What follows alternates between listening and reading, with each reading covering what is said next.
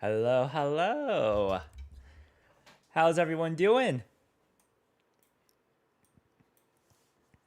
All right. Let me, dude. I should play. Dude, I should have like music playing in the background. It feels kind of weird, it being just like being quiet, you know. Maybe we'll work on that.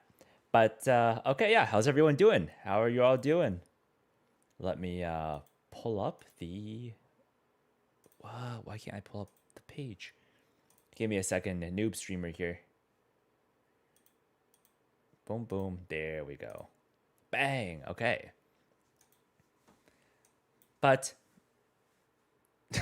don't say snowball out of control, please. Um, do they snowball out of control? I do not think there's a snowball out of control moment. Unless we force it, of course. But anyways, okay. So today we're going to do a very, very short stream. What we're going to do is we're going to watch NRG versus Furia. Now, this is the game that just recently happened. I did watch this live, but now I kind of want to just like, dig in a little bit deeper. I already looked over the first map like a bit deeply. And but yeah, I'm about to do it for the second map, and I figured may as well stream it for you guys. All right. Didn't know he streamed. I don't. Welcome. This is a very rare stream. Will this be a video soon? I do not know. It could be, but I don't know. We'll see. We will see. This game was pretty good. I don't know, man. There's still a lot of games I haven't watched yet. So, to answer your question, I do not know. But today, we have a goal in mind. And the mission is to watch Split. Because what happened was, Fair looks really good. They went we see this streak. Second half, round flipped. NRG, showed a little bit more life. But by that point, Furia were already so far ahead, they just closed it out. So I'm kind of curious what happened this game. Because when you watch games live, it's hard to really pick out all the small details. So it's only when you slow it down, you break down each round. When you do that, you truly see the story that happens in the game.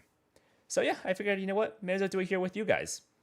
But as per usual, give me 1 second. I'm just gonna plug 2 links as the pinned comment right here. So yeah, tonight I'm gonna do a VOD review of what's his name? Note, I think. This super cracked player that I didn't really hear of until one of my South Academy members were like, "Hey, you should break this down." I'm like, "Okay, let's do it." So yeah, we're gonna be doing that tonight. So if you guys want to join us for that, feel free to join South Academy. Or sometime this week, I'll probably stream on Twitch for fun, just to, play some fun Valorant or other games even. So if you guys are interested in that, feel free to drop me a follow there. But, okay, cool. Without further ado, let's hop in. Let's figure out what happened in NRG versus Furia. Okay. So we are in Split. Okay. Looking at the comps. Yes. The comps. Both teams are running double controller. The big thing is this Deadlock. Deadlock does quite well to counter Neon, or it's one of the counters to Neon. But NRG are not running the Neon. They're running Arrays instead. So the comps are slightly different. And of course, the initiatives are very different too. So let's see. NRG attack, Furia defense, NRG everyone B main, Furia. All right, it's a pretty standard spread. We got the Vice util here to stop a fast flood, fade towards A to, throw utility past the wall. To mid, Omen solo B. He has a great paranoia line over here. Yeah, that's true. Listen, what do I know? Deep flash though tucked into the corners is rapid and letting loose immediately with that util. They are fast trying to take up sections into the speed side. TP up top, that's going to be accounted for. Wow, dude, Koala Noob getting there was so good. Him getting 2 there? Yeah, that's amazing impact from him. Mada making a play. Okay, I remember this. I remember this round. They need a play. So the aggro plays what was picked up and ordered. All dropped down these classic Love shots, breakdowns. just He not quite genuinely helped me working out. improve. Thank you, man. Barely just sailing over the players' heads. Fury though dropping down and When you slowly watch it, do you asserting think themselves that on the strategy side played a here. bigger Marcus part of it, or Burns was it gotta just an get a aim bit of diff? a As an NRG fan, it looked like they were just not hitting shots. Oh my! Okay, I didn't watch this round just now because I completely remember what happened. This was a memorable round.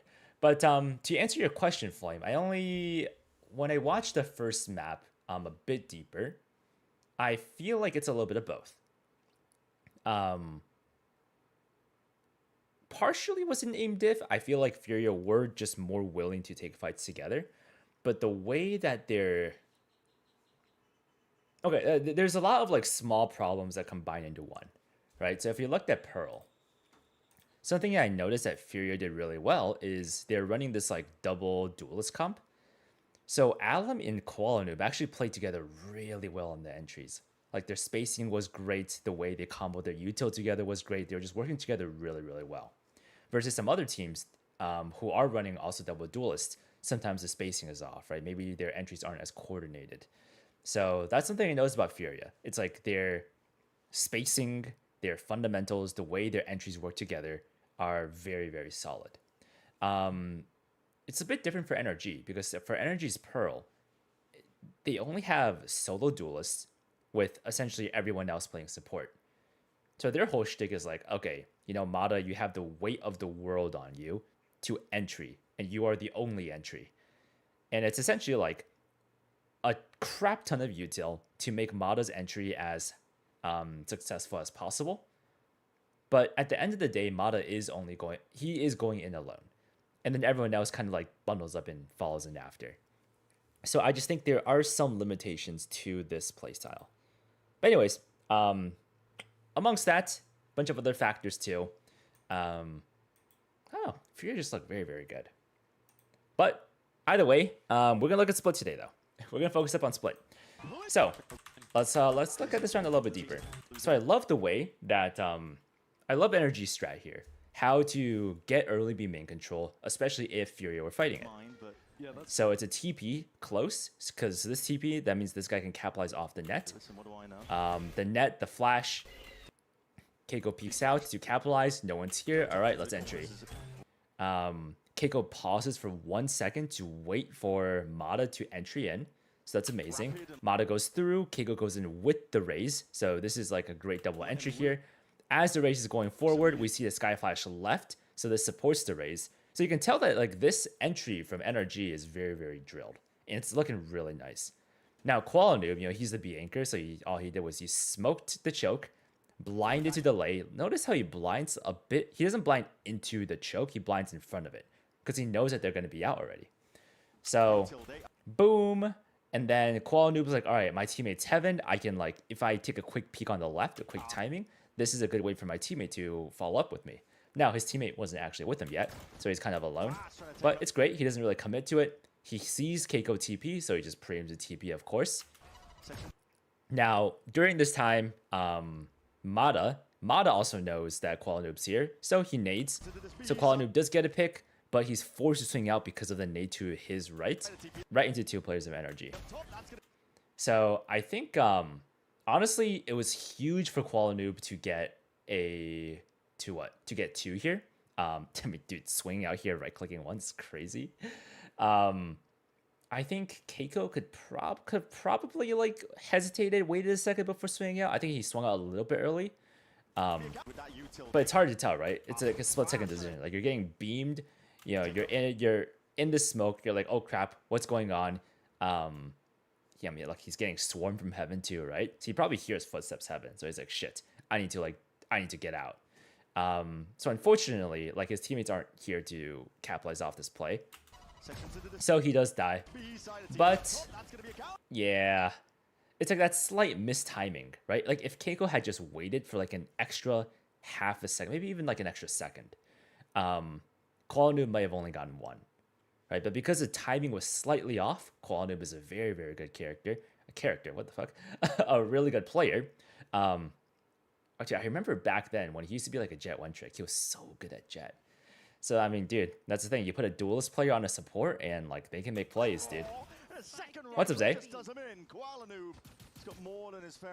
Yeah. Do you think Furious comp makes it easy to come up with creative ideas? Their comp like this?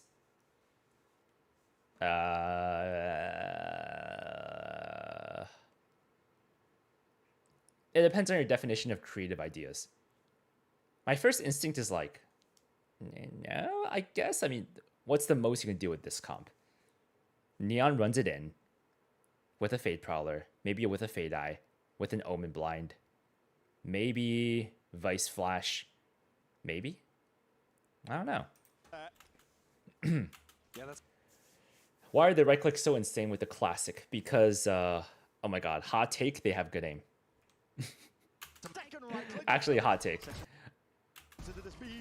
Now here, I actually think it's because, so it here, okay, so it's a range thing. So one, you have to be in the right range. So this fight that Koala Noob took, this fight is great for the classic right click. Like, this is like one-shot territory. Like, you know, here, this versus this. Now, Koala Noob, he already shot Keiko, right? So he's like, all right, like, he's got to be low. So that's why even though this fight's a little bit further away, it's a bit riskier, but, like, he knows Keiko's low. So, bang, right click. Also, Keiko was in the smoke, too, so decay damage. But I mean, like, look at the right click spread. It's really not that great. So you really have to be in the right range. And not only do you have to be in the right range, aim does matter, too, right? Like, if you aim like at the center of, I don't know, like the chest area, you know, maybe the upper chest area, or maybe at the neck, right?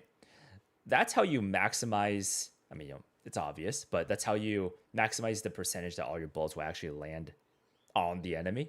If your aim is even slightly off, then that just increases the chance that your bullets will whiff. And bang, I mean, that was nice. I mean, you just look at this.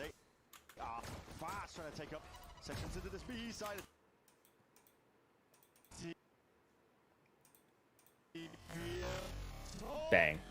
I mean, that was just a headshot, right? Crosshair on the face, close range. I mean, but yeah, the classic right click is kind of fucking insane. Holy crap. Second right click just does him in. Koala Noob. He's got more than his fair amount there. Okay, so boom. Yeah, that's amazing impact from him. Trades go through. NRG are actually down. So Mada's in spawn. He's like, all right, I think I gotta make a play. Furia, they're just regrouping. One's holding CT, three's holding Heaven. Artisan's like, you know what? I should go with the team. We're up numbers, right? Like 4v3, just run it down together. I want to go back a little bit. Did they see everyone? I am kind of curious. Did Furia see all of NRG? Because I'm kind of curious why they didn't clear mid. How are they so confident that everyone going through Heaven's the right play? So they saw Omen, they saw Raze, they saw Sky. Maybe they heard Deadlock net. What did Koala Noob see? Peaks sees 2. So he sees Deadlock Sky. Sees Deadlock. Here's a Raze nade. They don't know where Viper is. There is this smoke. Oh no, sorry, the smoke is NRG smoke. Okay, so there is no decay. I'm trolling. Holy crap. Alright, so Keiko wasn't decayed when he was up there. He was just low because he tanked the right click. That's amazing impact Okay. from him. Mada making a play on the other side of things. They're in a disadvantage. They need a play. Yeah, I think... Okay.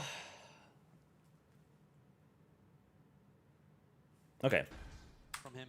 Is it Mada because making a play Scuba on the other planted? side of things. They're in a disadvantage. They need a play.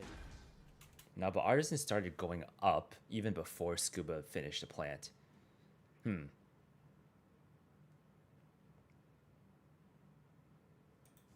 Making a play on the other side of things. They're in a disadvantage. They need a play. Okay, so I think Artisan just didn't want to give a 1v1. Like, he knows, okay, hey, like, NRG might just double push CT. I don't want to risk getting picked off, so I'm just going to go with the team. I think that's what he wanted to do.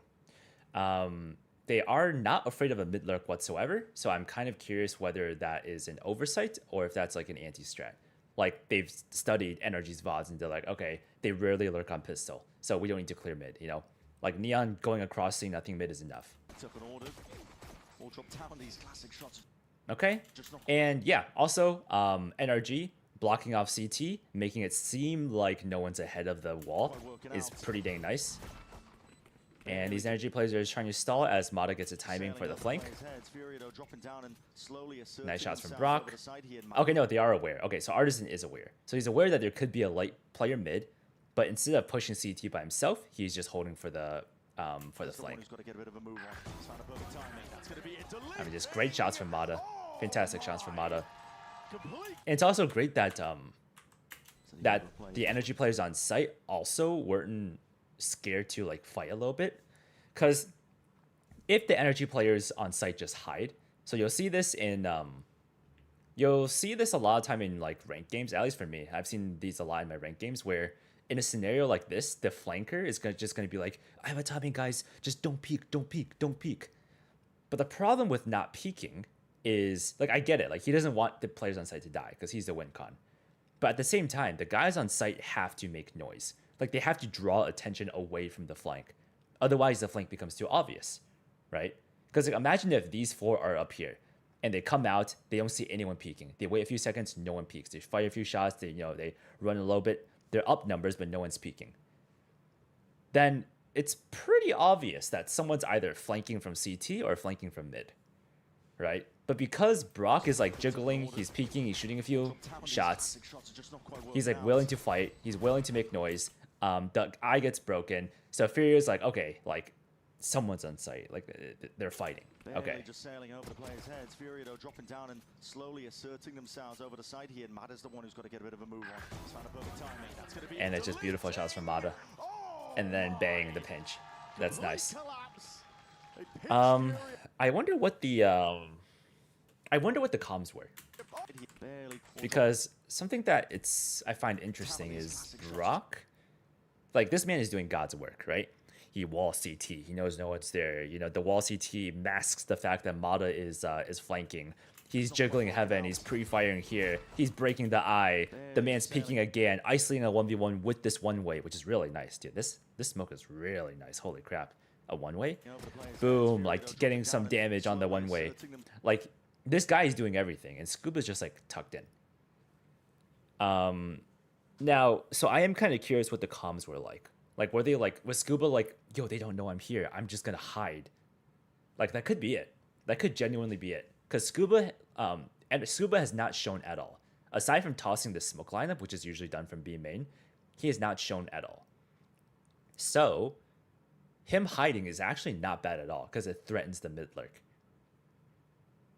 But I am kind of curious if that was the plan. Or if he's just a baiter. It's probably not the latter, but it'd be hilarious if it was the latter.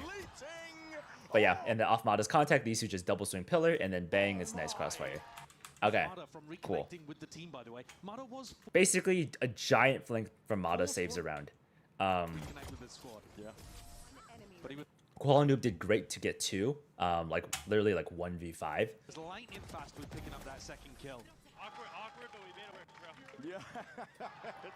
Awkward, but we made it work. Okay. If you're contesting early B main. All right, next round. Wouldn't Vice be better than the Deadlock? Depends what you mean by better, right? And you see, here's the thing. I give what I want to do. I tend to give teams the benefit of the doubt, because there's no way that they just chose like Deadlock, just because they felt like it, right? Like, I'm sure the coaches, I'm sure the IGL, I'm sure the players have spoken about this a lot, and I'm sure if they put it into practice in their scrims, and they're able to be like, okay, like, of these comps, what feels good. And keep in mind, there's a whole meta that the general public just isn't aware of, and that is the meta from scrims. So, like, for example, I think in the last event, and maybe even, or like in Match of Santiago, I think Sentinels were like barely played because it was a double duelist meta, right? But now what I realize is suddenly, the new season starts and everyone's playing Vice, and a lot more players are playing Neon. So it's like, okay, there's no shot that everyone just came together on the day. Hold on match day and just happen to have the same comp.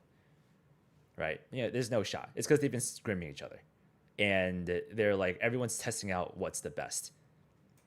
And so like a meta's already been formed before the general public even knows. So basically this whole spiel is just to say, I'm sure NRG put a lot of thought into this deadlock. Now, I'm sure if you guys watch this game live, you'll know that the deadlock was a big reason why NRG could not come back. It was kind of tragic. But anyways, I guess we'll get to that. Okay, next round. Furia on a bad buy. They're on a save. Alum has a Bucky. So their strat is Bucky ramp, stack A, and solo B just for info. Something else I wanted to mention is like, notice how NRG have changed their utility. So in the pistol round, they wanted to rush B, right? So they used more utility here. They like Sky Flash, they Omen TP, they netted, and they just kept going because they wanted to rush. Now, this round it's a little bit different. Instead of using all this util, they only Skydog. They Skydog with one player behind it. And so this is a different look, right? I don't want to make too many assumptions, but it's a different look. It's just one dog. So if you're the defenders, you don't actually know if this is a rush or if it's just them defaulting. And it seems like Furia are like, okay, it seems like a rush because everyone just broke the setup, right? Their A setup, they're not committed whatsoever. But NRG, they're like, nah, this is not a rush. They just wanted to clear B main and put a trip here. What this trip does is it essentially just holds B main control. It makes it way harder for defenders to re-aggress B main. Right, because there's a trip. Now, they could technically walk past it, yes. But what we're going to see is that an NRG player is just going to hold this trip. So imagine like a player, actually, you don't even need to imagine. All right, they grab the orb. Right, so NRG, they just want to orb max, grab the orb, and now Brock's holding it from an off angle. So how this works is if someone peeks over here, takes contact with Brock, they either die or they shoot one bullet and they get stunned. Right? And that gives Brock an advantageous fight. Sonic sensors down. It's looking clean. That is going to be tough. Yeah, it's looking real clean. All right, so Furia, they're like, okay, wait, they can't always be main. Maybe it's actually not a B hit. So everyone's coming back A. And the crazy thing about Neon is you do have the option to do that, right? Because you saw how Neon like sprinted away, right? She sprinted away off the noise, sprint. They grab the orb. But if you imagine smoke off, and now everyone's going back. But now Neon's already back ramp. So even though Neon like ran all the way to spawn, she's able to come back so fast. It's looking clean. That is going to be tough. Yeah, it's looking real clean. And that is designed to try to nerf Koala Noob. Normally, it is the defensive Omen who is going to be fighting in that area. Sometimes it might be Alan. We've seen Neons fight in that area too. But wait, what did the caster say? It's looking clean. Fighting into B main early on, off rip. But if you imagine fighting into B main early on here, or even refighting now that the Sonic sensor's down, it's looking clean. That is going to be tough. Yeah, it's looking basically what we were talking about. Be fighting in that area. Sometimes it might be Alan. Okay. We've seen Neons fight in that area too. So now they got B main control, grab the orb. What's his face? Brock is now like the lurker. Notice that Brock only has a ghost. So this way he can lurk. And even if he dies, he's not going to give away a gun. Already starting to see some theory. And the thing about this buy is, if you look at it, these two, because they have two players only bought Ghost and one bought a Stinger, as long as NRG keeps the two rifles into the next round, and hopefully the Stinger, these two will be able to buy a rifle next round. Or not necessarily these two, right? Because you see how Brock's kind of broke. So they've shifted the money around. But basically, TLDR, 1, 2 players are able to full buy next, and 3. So 3 players are able to full buy. You're a couple rounds in from NRG about why this comp would work well. Skyflash ramp. Some presence over the walls. Molly. That ramp angle. They clear close, they clear ramp, they push Alum back. Meanwhile, And while this noise is happening, look, pressure ramp, lurker activates. It's into B. Yep. He's got a lot of space here, hasn't he? Getting a bit of a read that this is the stack on the eco, and he's got all that space. All right, and now that Brock is all the way B, Wall They used to CT, be worried about a single place, and now there's a smoke there. smokes heaven, and now NRG's like, all right, cool. Like, you know, they bit on the fake. Same time, Nerve. Now Nerve had a really great walk down. Yep. On the B. Yep. So Just gonna off let this it bounce noise, itself out. not only did Brock activate, Nerve also Meanwhile, activated too. Brock is just going walkabouts into B. Yep. But all that space. And now So there's a Nerve smoke doesn't there. see anyone mid. He starts walking down. He doesn't see anything mid. He hears all the rotates. He's calming this to his team. What can So his they do entire against team Nerve starts if they shifting pick over. off 2 in this spot? Fast reinforcements will be 30 arriving though. seconds Alan left. is already there with the front. Nah. He's gonna take that Now time, Nerve but tried he's- to peek off a Well, the timing, ball's not but the gonna timing be didn't right now. exist. Alan is already there with Well, two things. Able to pick off 2 in this spot. One, I'm kind of curious to fast kick a walk. reinforcements will be 30 arriving though. seconds Alan left. is already there with the front. Nope. He's Okay. gonna take- So Spot. I think this is just a like he wanted to peek off a timing. I think that's good. He actually did get the fight he wanted. However, the peak was awkward, right? He dropped down, and because he was dropping, he wasn't able to like literally Fast shoot. Reinforcements will be 30 arriving though. seconds Alan left. is already there with Yeah, so he got the 1v1 he wanted. I think if he had just sat on the ground, you know, sat dropped, peek out, this fight would have been a lot better, right? Like he wouldn't have missed the first bullet, 2 bullets. He's trying to take that timing, but as he Yeah, he wouldn't have missed the first 2 bullets. Alan. All right, Alum goes down. He sees the wall. He knows that. Ah! It's just perfect, perfect from NRG. Nice, not letting Alum activate with the Bucky.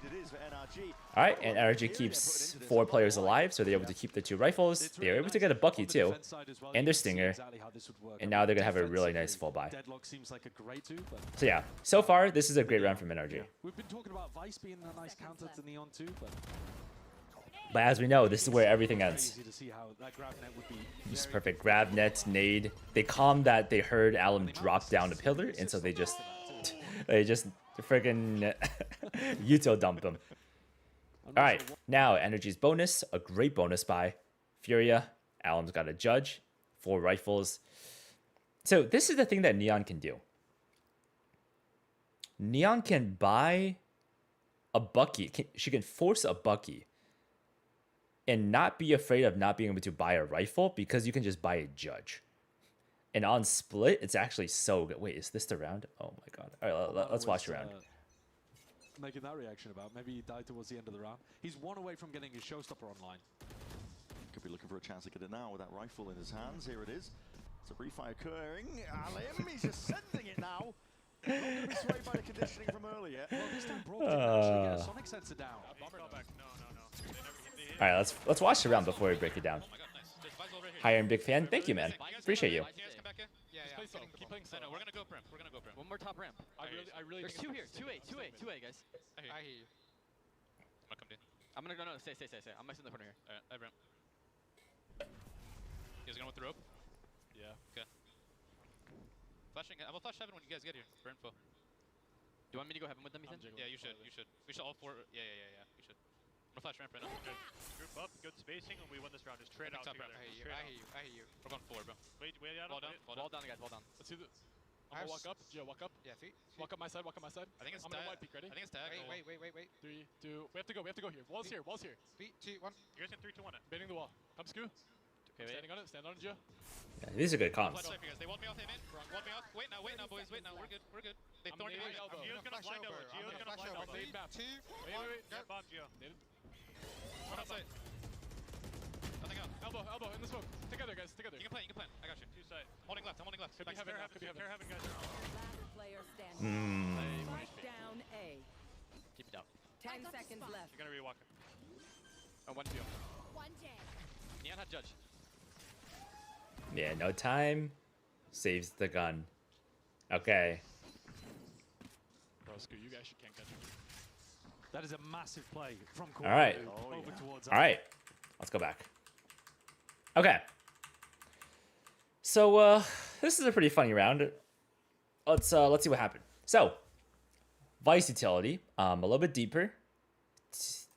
Vice and create a. Where's the wall? Making that reaction about maybe he died Is towards this the the end of wall? round. He's 1 away No. from getting his showstopper. Where's the Vice wall? Oh, right. It's this thing. Right. This is the wall. Okay. So it is heavy B. So Furia, I think the last 2 rounds, NRG have gone B main. So first round, it was the tether, the net into, the pistol exec. Next, it was the dog into the trip.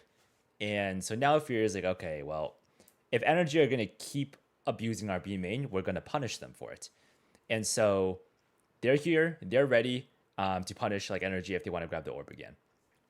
So because this is the strat, they're heavy B, they have Vice, Util, just fully anchored A, very passive, and Fade mid.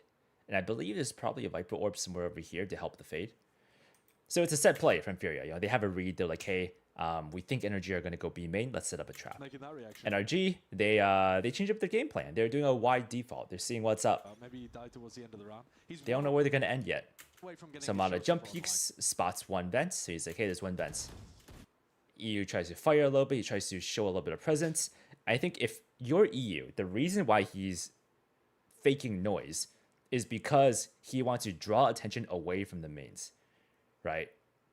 And ideally, he wants to pretend that he's strong mid so that something happens in B main, because that's the strat, right? Could be looking for All right. And so EU makes a little bit of noise, backs off. Get it now with that rifle in his hands. Here it is. I mean, it's just what the blind Alum literally just sprints it forward. Okay, wait. Did Stopper online. oh wait. I missed this. Maybe he died towards the end of the round. Look at this. Look at Brock. He's one away from getting his Brock jump peeks. showstopper online. Not only jump peeks, he jump nets. Ooh, okay. Okay. So remember the pistol strat where they netted B main off rip and then they hit B. So this is the conditioning. This is like the next layer of the conditioning. So now Brock nets again to make it look like pistol round. And the whole point of this is Brock's trying to draw attention to B main, making it seem like it's going to be a B main hit. Because again, this is what NRG have been building towards, right? Like B main. They're pretending that's a B main hit again, except in reality, there's two players posted A main, there's two players posted mid. So they wanted to punish a counter aggression from Furia. So if Furia were to aggress A main or mid, these guys will be able to punish or take space. But unfortunately, Furia did bite on this bait and it actually ended up with Brock losing. Because, I mean, Neon, right? So, great blind. So, okay, so these two, they dodge the net. Showstopper online. They hear the net. They both dodge it. They're like, all right, they're probably coming up. Instantly, blind. Chance to get it now with that rifle in his hands. Blind. And then Neon just sprints up Occurring. and does one shots. I mean, I want to say, I think that's a Neon thing. Because I want to say it's a Judge thing. But it's not. Because even if Alum had a Phantom, I think the same thing would have happened. But the fact that this is able to happen is kind of crazy. He's just sending it now with that rifle in his hands. Here it is. The refi occurring. It's so hard. Because, like, I think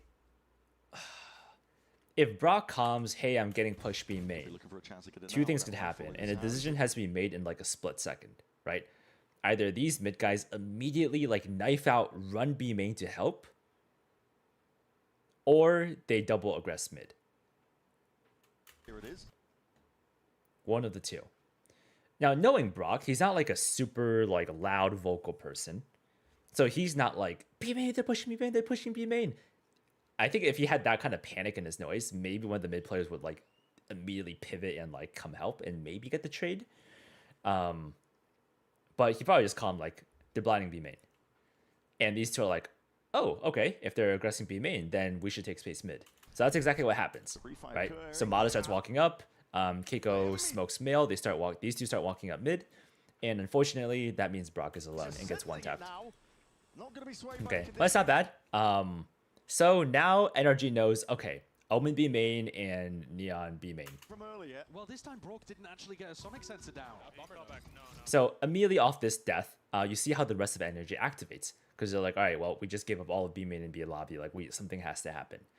So they clear mid, clear vents, dog up ramp, they take the space. There's a Vice hole right here. Oh my god, nice. There's a Oh, Vice hole right and Scuba gets a free kill on EU. Holy crap. This was a super lucky kill. I really think. Listen, can you guys come up in? Can you guys come back in? And Keiko's like, shit, I need to get the spike. I need to, like, you know. Keep playing No, we're gonna go prim. We're gonna go prim. One more top ramp. I really There's think two here. 2A, guys. I hear you. There's two A. Well, he hears one here. How do you know there's a second one A? Maybe someone on site shot him? Yeah. Okay. Alright. I will flash heaven when you But yeah, I think this is pretty self-explanatory now, though. So Furia, they got beam in control, they gave it up. Everyone pivots, shifts a little bit towards A. It's actually huge. Like, this kill was actually huge. Because of this, gaps have to be formed. guys get here for info. Do you want me to go heaven with them, Ethan? So yeah, these two are just like leaning towards site because they're like, all right, it's probably going to be a site hit, especially because Furia knows that they've given up mid. If they've given up mid, they can't really play heaven because or else they're just going to get crunched from mid and ramp, especially since they don't have control of these two. So instead of playing heaven, just gives it up, plays screens. Yeah, you should. That way he can like link up with Vice, and these two double up. Yeah, Viper's holding the B main walkout. Neon's holding mid because Judge. I hear you. We're going forward, bro. Wait, out Wall of down, it. wall down, guys, wall down. Let's do this. I'm gonna walk up. Yeah, walk up. Yeah, see? Walk up my side. Walk. Yep, okay. And we know what happened. They're walking up, they take heaven. They're like, all right, we have heaven, we have a main. Let's just execute site. Koala noob, though. Quick thinking on the Omen. Stand on Geo. I'll flash safe, you guys. Right. They won't Boom. Stay in. Won't be up. Wait now. Boys, Put a smoke over here. we're good. So he smoked off. He's like, all right, I wanna help on this. I wanna help like defend the site. So he throws a lurk smoke out, plays in the smoke, and now he just sits in the smoke. The blind is huge. Blind all of elbow. Comes out and they're like, oh, there's a smoke here, huh? Run outside. And Scuba tries to get a timing into the smoke. Nothing out. Elbow. Gets beamed down. Smoke. Together, guys. Wait, no, Scuba doesn't get beamed. Wait, Mata gets beamed down. Wait, what? Wait, why does Scuba not get the trade? He's blinded. What? Wait, oh wait, it went to Mata's POV. Wait, what happened? Bomb Geo. Native. Run outside. One on site. This is Mata's POV. Nothing out. Elbow. Elbow. In the smoke. Together, guys. Bro, I'm not gonna lie, I think Scuba has to go in. I think Scuba has to go into the smoke with Mata. I think he just has to trade. He needs to have the dog in him. Okay, I think this is something that I've noticed from Furia too. They are very, very willing to fight and trade and scrap. And they do it very well and they do it together. This is something that I've noticed. I think this is going to become like the Valor meta, unfortunately. It's like there's tactics, yeah, the macro, but I think the micro also matters a lot. And if you watch the Asian teams, so like Pacific, China, this is something it seems like they're really good at, which is finding slight advantages via timings, via, I don't know, crazy utility usage. Yeah, basically like finding these tiny windows to gain advantages. I think this is one of those moments where, Run outside. I mean, like, Mata already sacrificed his life, right? He got info that someone's in here. Koala Noob's like, mid spam. Elbow. I think Scuba could have just swung through. It's so tough. I mean, like, I see the world where Mata was actually body blocking Scuba, and so Scuba wanted to swing through but couldn't, and figured he lost the timing, so he decided not to go in. Elbow. Honestly, that's probably what happened, just based off the way their bodies were stacked on top of each other. But I don't know, dude. I feel like you just gotta have the dog in you and just go through. I don't know. No, maybe that's it. Maybe that's it. Scuba's a very smart player. It's technically not a great fight because with how fast Mata dies and because if the spacing and timing is wrong, Koala Noob could easily get a spray down. But I mean, look, like, Ethan is literally spamming, right? Ethan is literally spamming to give him covering fire. So Ethan is playing this very well, right? Mata dies in the smoke. Ethan tries to spam to, either get the trade, but I think off the spam, like, Scuba could just go in. I don't know. Together, guys. Maybe I'm just biased towards... I think I just have a bias towards aggression. You can plan. I got you. Two side. I'm holding left. Could be heaven. Could be heaven, guys. And yeah, a great spray down from Koala Noob. I think if Scuba had a Phantom, the trade would have gone through. Player standing. Unfortunately, the Stinger did not do him good. Keep it down. 10 seconds. Okay, TLDR, so far what we've seen these first three rounds, Koala Noob is the fucking goat. He is a menace. If you hit Koala Noob's sight, he's gonna get 2. The 2K. I mean, the comms, they have like 10 different Boom, that's ideas, nice. And then they align on one towards the end. And what I really appreciated as well, though, is his hectic Man, sounding. nice It's spray just down. like easy. Nice spray down. Making sure it's just not Yeah, running Koala Noob is forward. nice. Koala Sorry, I think I missed some.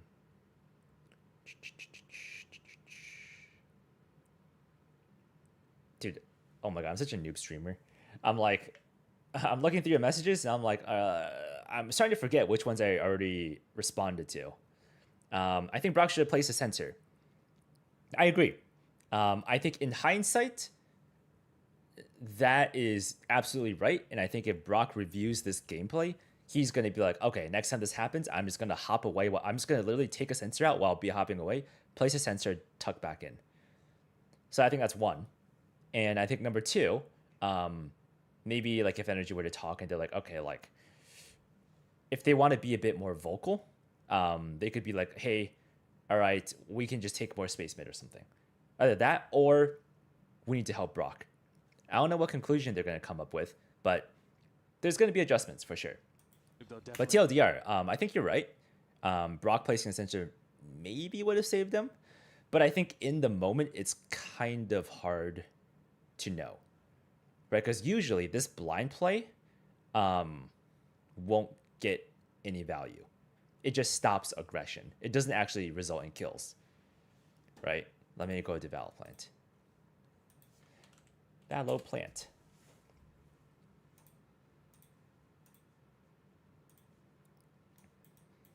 Because yeah, usually normal agents can't close a distance from like here to here before the blind wears off. Unless the guy literally is like tucks in here, this might be the only spot where the guy dies. But Brock, like one, he's like, all right, well, I literally tossed the net. So if there's anyone here, they can't push, right? And 2, after the blind, Brock's over here. So if he just, hides in this corner, he should be able to just wait out the blind. So it's one of those moments where it's not a situation you experience a lot unless you've played against Neon a lot, because this is only possible because Furia were playing Neon.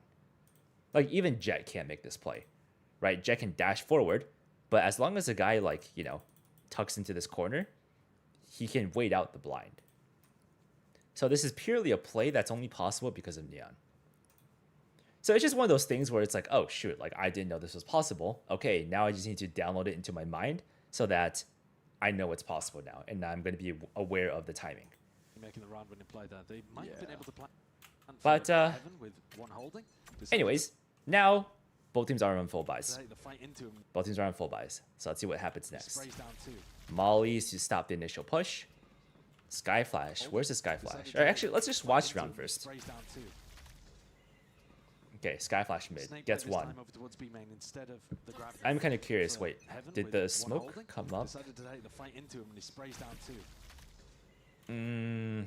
Yeah, it popped here before the smoke bloomed. So technically, they don't know if it's Heaven. I think they're pretty sure it's a Heaven guy, but it is possible this flash could have flashed the Vents guy. Snake bite this time over towards B main instead of the grab net.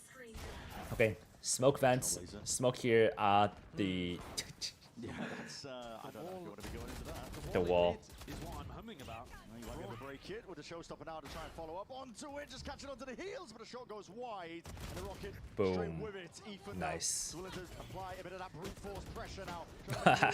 Alan tries to break crowd. Wait, Alan actually gets 1 though. Anchor players, but they do have Heaven under control. Ah, this is nice. Yeah, no Heaven smoke means this is just like a high low from Furia. All right, 1v1. Okay, I remember this. All right, guys, I am going to actually not play through the entire round, just because I've actually seen everything before in the last stream. So if you guys were here, you guys are knowers. But yeah, basically TLDR, this 1v1 is just a big mind game that Scuba loses. Bam. Okay. But anyway, so let's go back. One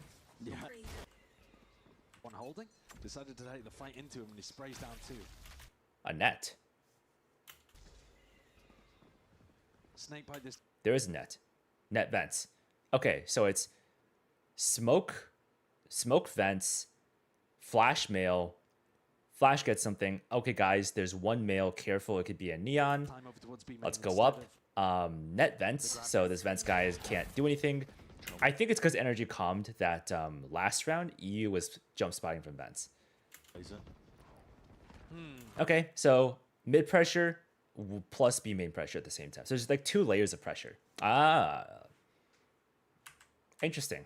Okay, down 2. so there's a molly to stop the initial push. Okay. Okay, this is nice. This is very nice. This is very nice. There's a molly to stop the initial push. Because what happened? Okay, remember what happened last round? Last round, Brock netted, waited for a second, and then Furia reaggressed. Right? And I think they reaggressed off of EU's contact in mid. So NRG are trying to recreate a similar scenario to bait out the push. Because this time, there's actually 3 players posted for it. So what they did was they mollied to stop the initial push to, make sure that they have the initial control. Make it look like last round, kind of, right? With Brock's net. In mid, they flash mid, they smoke, they're making it look like a mid take. So they're trying to fake that there's like 3-4 players mid. There's heavy mid. And maybe at most 1 or 2 B main at the very worst. That's the picture they're trying to paint. Snakebite this time over towards B main instead of the grab net. And yeah, these guys are making noise. And now NRG, they redog B main. Right? They redog B main just to see what's up. And these guys are ready. These 3 are ready, right? They're ready for the second layer fight. But then the dog is actually going to clear everything. Neon does break the dog and then sprints away. So these guys know, okay, like we're safe. We can start working up. The wall in mid is what I'm humming about.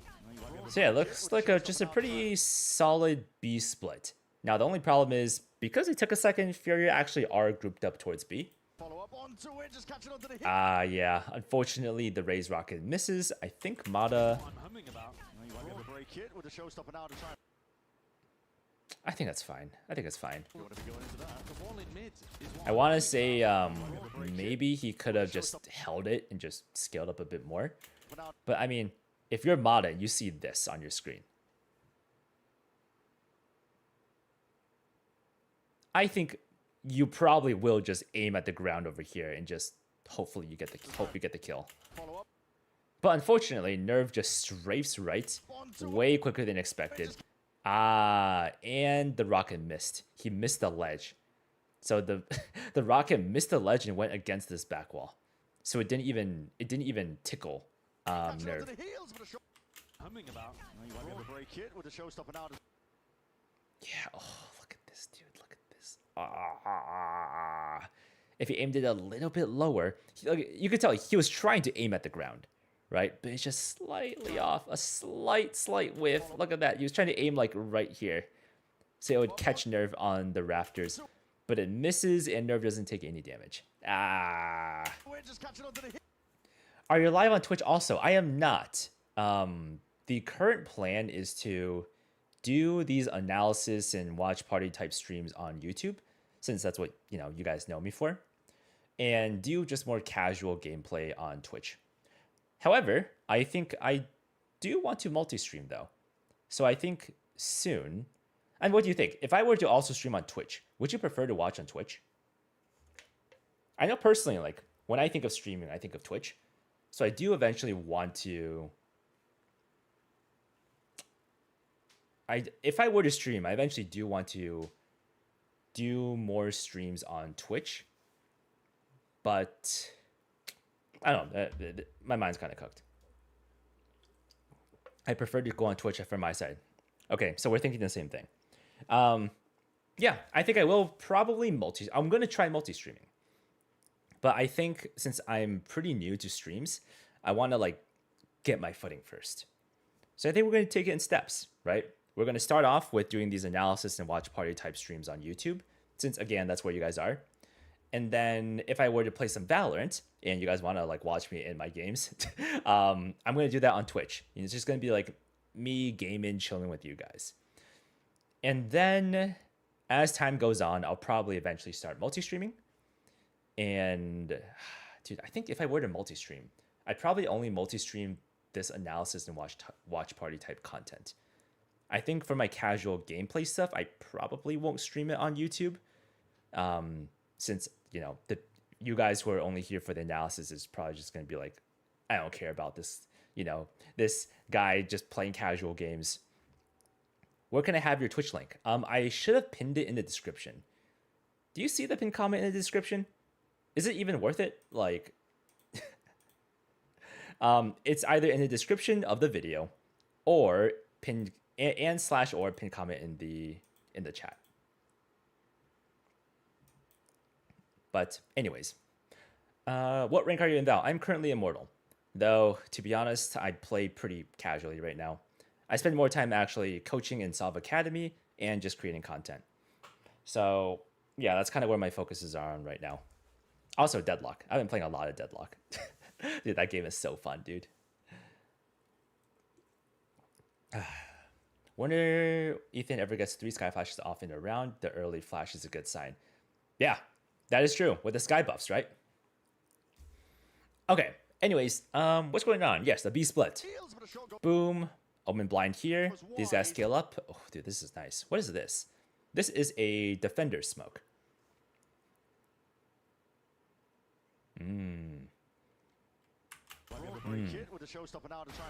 Interesting. Okay. So off this B split, starting right off the result, Koala Noob knows, all right, if I'm here and they're coming through heaven, I'm dead. Right? This spot is just too hard to play if you have to worry about B main in heaven. So that's why in rank, guys, if you guys are playing this spot, you have to make sure your teammates are stacked heaven. Now, this is a tough part, right? Because if your teammates are stacked heaven, that means you have to go crazy. Otherwise, you get no support on site, especially if there's a smoke heaven. So what Koala Noob does instead is the self-sufficient smoke. So we're just catching onto the heels, but a shot goes wide. So this smoke makes it so that he doesn't need to worry about heaven. He can just focus on B main. The downside of the smoke, though, is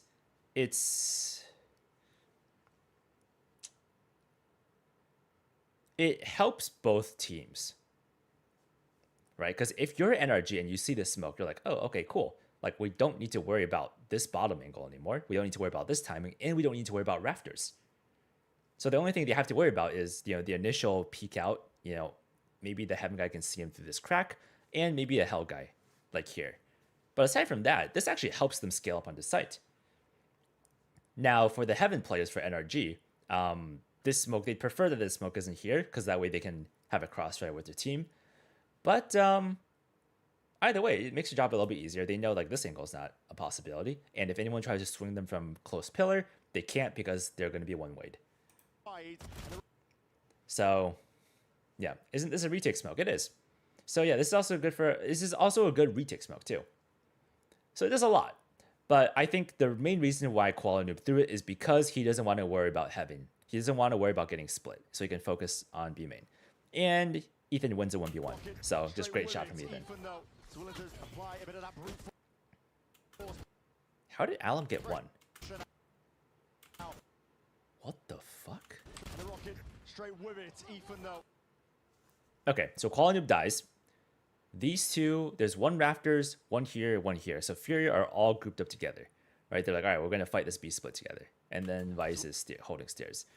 They come up, Brock censors stairs. So it makes it so that the stairs guy can't just swing off at timing. Ethan flashes in this area. Nerve kills Brock. So Nerve peeks heaven off of timing. So I think as Mata drops, Nerve peaks, wins the 1v1. Okay. And Alum is just jumping around to try to break crosshairs. He slides, kills Mata. And this close range fight is great for the judge. Let's watch it again. Alum knows he's out in the open. The judge cannot win this fight. So he stuns, strafes, makes himself hard to hit, strafes right, back into cover. Who is he getting shot by? Ah, I think it was Mata. Mata tried to shoot Alum. Alum tucked, strafed right behind this wall as cover. Mata drops down to try to chase. And Alum slides back off his teammates, because his teammates with them, right? Off his teammates' contact. He slides back in, kills Mata. It's nice. And he gets traded because he's out in the open. Okay, I see. Alum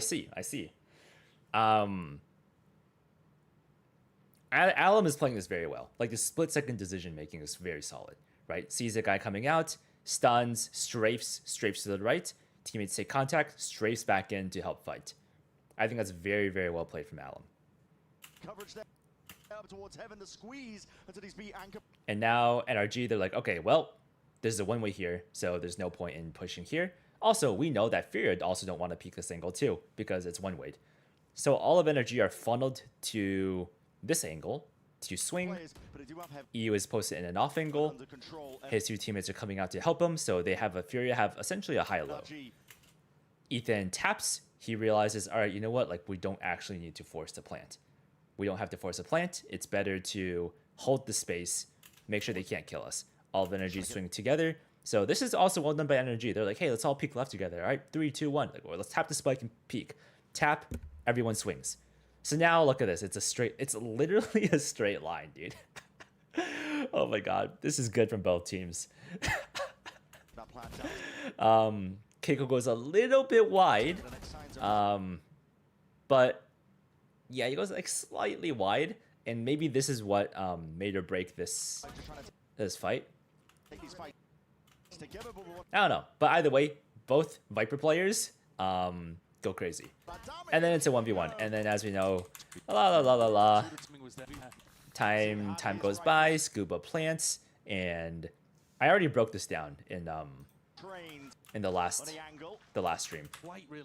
But Artisan, he had the advantage because Scuba has the plant. Okay.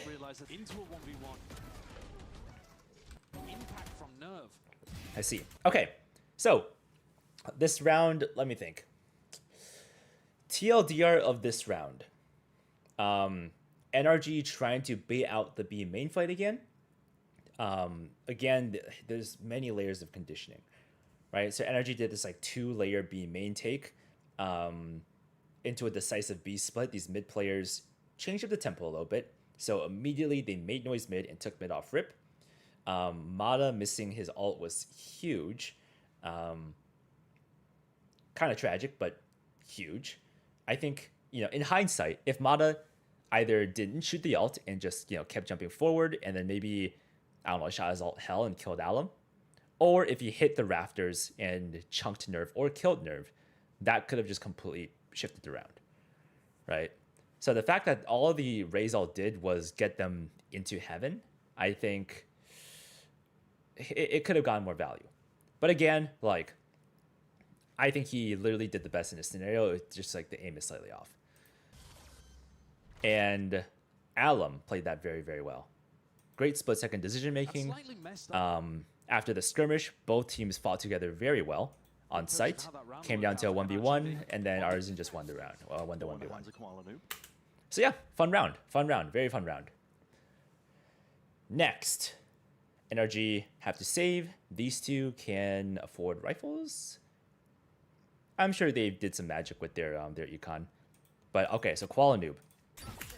So he was very, very good with the jet op. And now he's with he has an outlaw because he knows NRG can't afford full armor. So bang, gotta use the outlaw more. They might just play too fast to tower. They can't connect between guys on site and tower.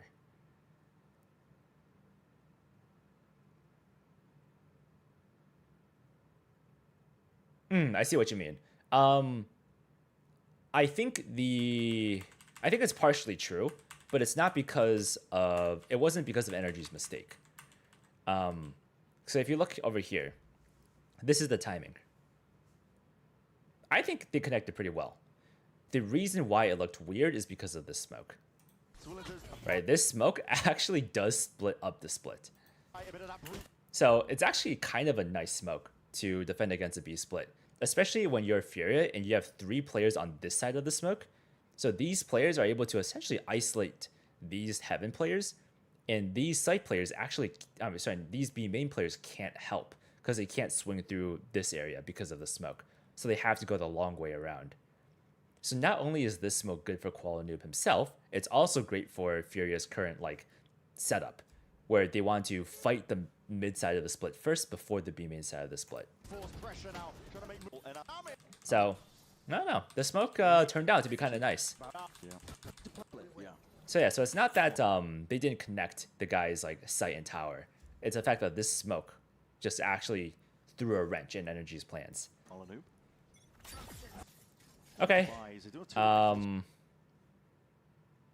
This is the defender, right? Okay, I see. This is the defender, Thorns. for NRG to work with, but it's a lot to get through. Trailblazer is evacuated from Koala Noob. Bang, He was moving. bang. Oh my. Oh, look at this Bullets at timing. dome. Mada made some noise. Nerve heard it, Might have made noise so going Nerve through. knows. Has to dodge the bullets. It's dangerous. Real dangerous Yeah, spot to Nerve be in, especially when spams, Koala Noob's there. drew a little bit of attention Prime towards position for him himself, with that outlaw. and gave Two Koala down, Noob blink for enough five. space to get Scuba, 2 quick the only kills. real danger player with that rifle, but he's all the way over towards A. It's calling Anyways, to move over to let me go even deeper because I'm sure that's the surface level. That's what we see on the surface level, We'll see right? again. I want to see if we More missed in the anything. hands of Koala Noob. Keiko shotgun, Keiko shorty. Something we need to keep in mind. I wonder what his plans are this round. Okay, Thorns. So Thorns, Flash, so Furia changed your setup. Instead, they are all heavy mid. So they know last round NRG came up mid fast, right? With the Flash, the smoke, the net. So now they're like, all right, we're gonna heavy fight mid, and we're gonna leave B main open. Goodbyes. They do a 2 rifle. NRG, what are they doing? 1-2 default. So it looks like this is their standard default so far. For NRG to work with, but Okay, what is this? Attacker Molly. Okay, so off rip, NRG put up the wall. Molly's the right, stops the push, dogs up. So they want to take fast ramp control. it's a lot to get through. Boom. Trailblazer Dog clears all off ramp, and now Scuba takes the space. Alum jumps through his team's wall. Slight mistake from Furia. A slight mistake. Yeah, just a slight mistake. It's like if Alum wants to go through, don't put up the wall. If the wall's up, well, maybe go through together. I don't know. But the fact that Alum, it's good that Alum jump through the wall, right? So he's not just swinging through normally. It's just like, look, Koala Noob's taking out his smoke. Alum's going through. Like, Fade is still in vents. It's just like a slight mistake from Furia. And I think NRG strat is just to get Scuba inserted ramp. So what's interesting is we need to see where NRG are allotting their resources, aka the rifles. So it's like, okay, when you have a round where everyone has a save, but you have 2 rifles, where are you going to insert your rifles so that they can win you the round? And who are you going to give the rifles to? So they give 1 rifle to their entry. Makes sense. They give the second rifle to Scuba, interestingly. So their strat is to have one of the riflers sit ramp and punish any reclears, while the second rifler with the team takes mid. Is it going to be an A split? Maybe. Maybe it's going to be a B split. I don't know what they're going to do. I don't know. There's a lot of options, right? When you have this insert. So anyways, either way, Scuba punishes Alum's fast reclear. If you think about it, right? I think Alum was trying to get a timing. Because Alum didn't hear like a raised double satchel. So he's like, I wonder if it's only a dog. So the dog finishes off, he tries to jump through, gets 1 shot. Koala Noob. Also, I think Alum has a judge, right? So honestly, in a world where Scuba whiffed or no one's here, Alum could have literally jumped through, saw Scuba, strafed, slid into him, and 1-shot him with a judge. Like, that is literally Neon gameplay. Laser is So I think this play looks worse than it actually is. Could it have been better? Yeah, absolutely. I think Noob, like, if Alum's like, all right, I'm going to go through. Or if Alum figures out, like, okay, hey, like, I'm maybe, like, if he just calms it a split second earlier, right? Like, he hears a dog, doesn't hear raise. All right, I want to go through. Noob doesn't take out a smoke, and instead he swings through with him. Now, I think Scuba dipped out, like, instantly, so I don't actually think Noob could have gotten the trade. Oh, also, Noob probably didn't want to swing through the smoke anyway, swing through the wall anyways, because he has an outlaw. But either way, nice shot from Scuba. In another world, Alum wins. So it's not terrible. It's like slightly in, but it's not completely in. Okay, so Scuba gets a pick. Giant. What's happening mid? All right, so they walk up. Do we see any util? Contact taken. Mata walks up. Did Brock net? Brock has a net. I see. Off rip, he nets B main. Got it. Okay. So NRG strat. NRG strat here is we're going to net B main, right? So the usual like B main conditioning. We're going to net, take B main control. Either it's one layer, like the pistol, where we net and then we just hit B, or it's two layers, like last round, where we molly, wait a little bit, see if there's re-aggression, and then re-clear it again. So, but either way, it starts with one layer, and that's net. So net, dog A main. So they're putting a lot of pressure on the extremities, making it seem like NRG are both controlling B main and controlling ramp, aka mid is weak. Maybe there's one guy, passive market or sewers, holding for a push. But in reality, off this noise, Mata peeks out to walk up. And these three are just walking up. So pressure extremities for the mid walk up. That's the strat.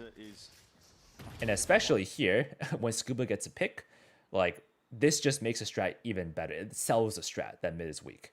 So great from NRG so far. These two are like crap. Maybe it is a ramp hit. Smoke and main. These both are here.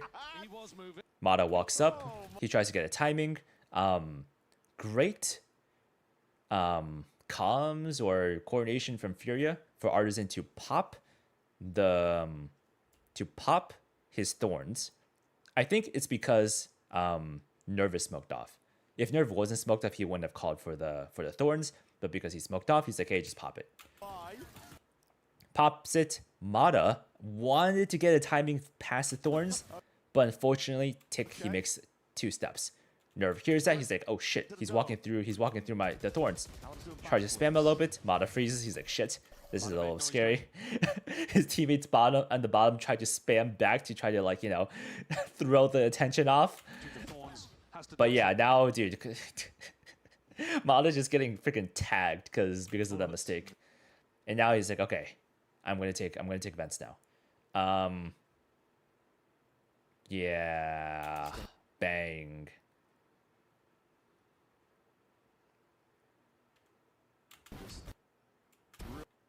Bang.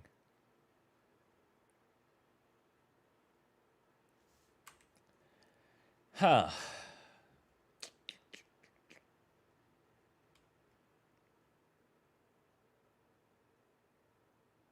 It started off well,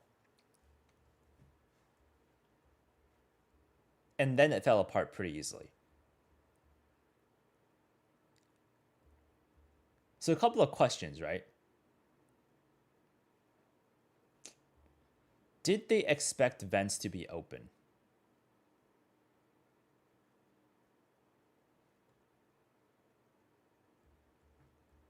Are they less afraid of vents because Alum died and he's a judge player? Alright, because, like, okay, if you're Furia, right, and you heard someone step in these thorns, that means you know someone is top mid. So if you're NRG, I feel like you should know that Furia knows that you're top mid and that they're going to be watching this area. So one guy's in vents, maybe, one guy in male, like they're definitely looking mid somewhere, right? Mada made noise going through the thorns. And now, especially Mada's 60 health. He gets spammed. He's like, shit, dude. I hate this spot. This spot's terrible. I'm just getting spammed. So now it's like, okay, what is next? So I guess, like, what was the intention of this mid default in the first place? I think that's the question. Well, if you smoked male and you're making noise in the extremities to get a guy up, surely the goal is to take vents, right? Like, there's no way this is the end goal, where you just have a guy sitting top mid in this spot. Definitely not. So if the goal is to clear vents, now the question is, okay, how are you going to do so? Mada has a lot of utility. He could have tossed a Boombot, and it wouldn't be bad because Fury already knows he's top mid, right? Like, they already know where you are. You may as well toss utility to clear it, to fully clear it.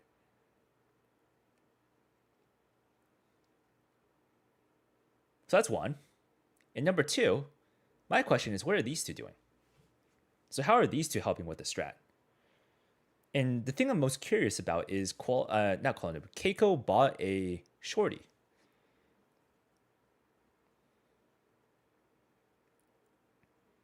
First of all, how did he take damage? He was moving. Oh my. Is it decay? I think it was decay. Okay, bullet to the dome. Alan's doing back. What? Is he sitting in here because he expected a lurker here to go through off of timing? Like, maybe this is a play that Fury has made before, where they go from this smoke into their Viper smoke off of timing. And so Keiko's sitting inside the smoke, getting decayed, trying to one-shot the guy. Flips. Maybe. It could. Is that the strat? So Keiko buys a shorty to sit inside the enemy's smoke, so that if Furia tries to go through, he gets the punish. Mada made noise going through the. It could be. And then one guy bottom mid to give a little bit of support with the sheriff. Maybe. Thorns has to dodge the bullets.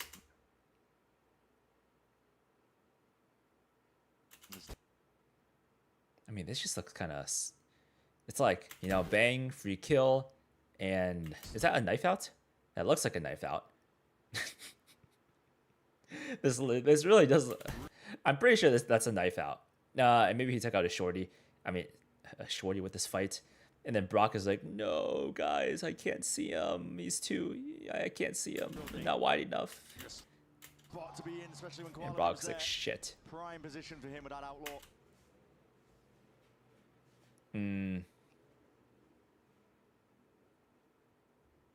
Yeah.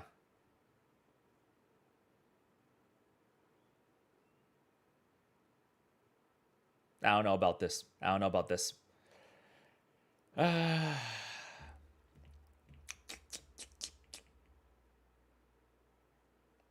just don't think it was good. Yeah, I just don't think it's good.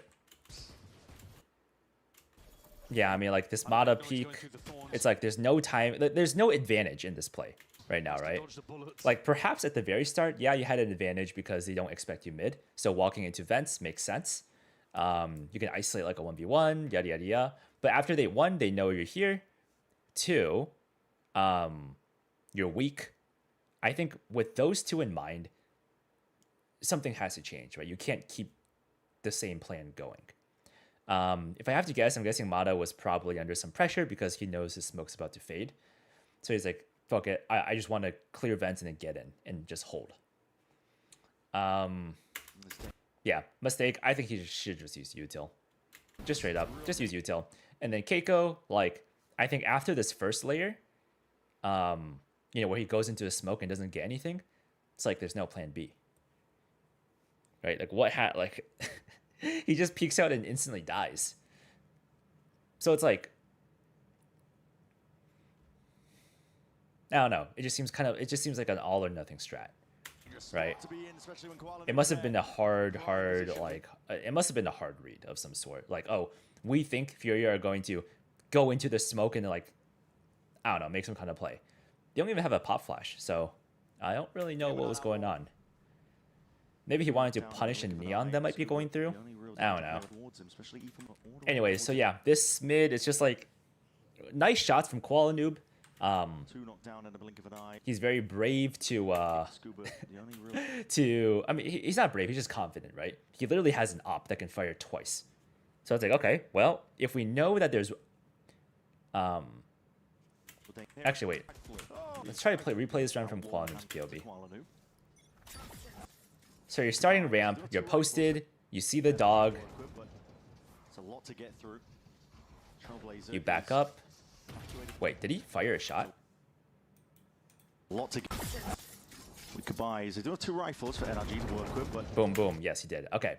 So he peeks out, wall goes up, he hears a dog, fires 2 shots, backs up. Okay.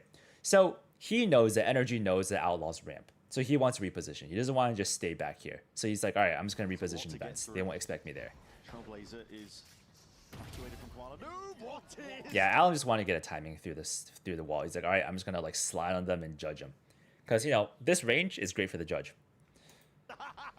So now it's like, oh crap, he died. All right, so Koala Noob, he just smokes off ramp. And now he's like, all right, well, I have nothing to do here. So I'm just going to pivot mid. Okay. In mid, there is stall utility. So Koala Noob's going up. He's like, oh, okay, like my team's got mid, right? We got a smoke here. We got thorns here. Technically, his teammate smoked off, so he's like a little bit wary. But he's like, it's okay, all good. Mata made a step. I think Koala Noob also heard it, right? He's like, wait, one guy made a step. Like, there's the player in my thorns. And so Koala Noob's like, oh, shoot, really? Okay. Let me just try to pick him off. So he knows one's top mid in the thorns, and another one's bottom mid. He knows that Sky Dog is A, and Viper is also A. So at most, there's 3 mid. Now, technically, if they called that Deadlock netted B, then he knows, okay, there's probably only 2 mid because Deadlock's B main. Worst case scenario, maybe Deadlock's mid. But I think that's why he's so confident in this peak. Because he knows he's not going to be swinging to 5 players. He knows at most there's like 2 to 3. So I think this is fine. And, you know, of course, Koala Noob, he's got an outlaw with 2 op shots. Has to dodge the bullets. His teammate is spamming a little bit, making a little bit of noise. And I think with this guy making noise, he knows these guys mid, they're not just going to run into vents. Or they're probably going to walk into vents, if anything. Bang, bang. 2 kills. Okay. Nice. Very solid. Very solid. 2 knocked down in the blink of an eye. Scuba, the only real danger player with that rifle, but he's all the way over towards A. He's calling for play. All right, cool. I think we spent a lot of time on this round already. Holy crap. EU, Prowler's Heaven, clears ramp. Nice. Right. Smoke faded, clears everything. Scuba's like, all right, I gotta make a play. Walks onto site. EU is very aware of this potential lurk. Making moves. There's a lot of the A side. Ethan grabs the orb. He's 1 off Sky Out. Next round, he's definitely gonna have Sky Out. So that's nice. Okay, so lurker inserted here. I guess one person holding mid control. Technically, B main is open. Completely open at this point. It's the weaponry that's the problem. Yeah. Yeah, so Furious like, hey, like we still have our Vice Thorns and Device Flash and Device Wall B main. Let's just pivot towards A. You know, we have essentially our op holding mid, Sentinel, Util holding B. Now let's just have these last 2 players shift towards A. So I think that's a great call from Furia as like the end game setup. The end round setup. Into A and walk accidentally into Scuba. So Ethan's just trying to distract with that orb pickup. It's very disciplined, that flash. Avoided from the anti-position of the jiggle. Dang. Scuba there for the Nice. straight Very onto nice it. from Hit Scuba. online. Peek off the whip shot. Place down, plan. All right. Can be played Planting, fairly. boom. Significant Brock starts to positions here activate. for NRG. Got your trail. You have Seekers, you might even get a flashback. Yeah, I think this Seekers from Ethan is just too early. I think it's just way too early. I don't know, dude.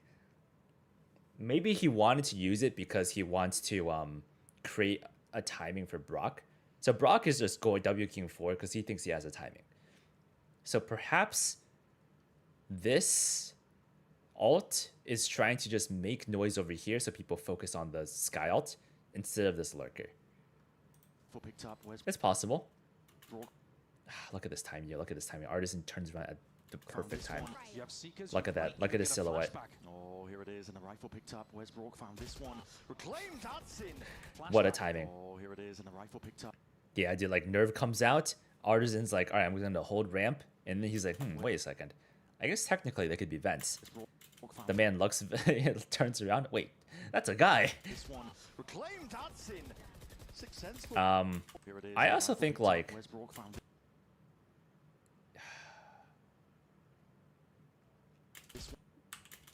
it's also a slight mechanical error. Is it a mechanical error? It might be a forced mechanical error. So first of all, the way that Brock like swung out like this. Like, what's the intention, right? If the intention is to kill the guy who's over here and ignore everything on the left, then the crosshair would be like over here, right? The entire time. Like as he's going out, the crosshair would just be stuck over here. It would be tracing this corner. But probably not. Like like just in case, right? You want to clear left.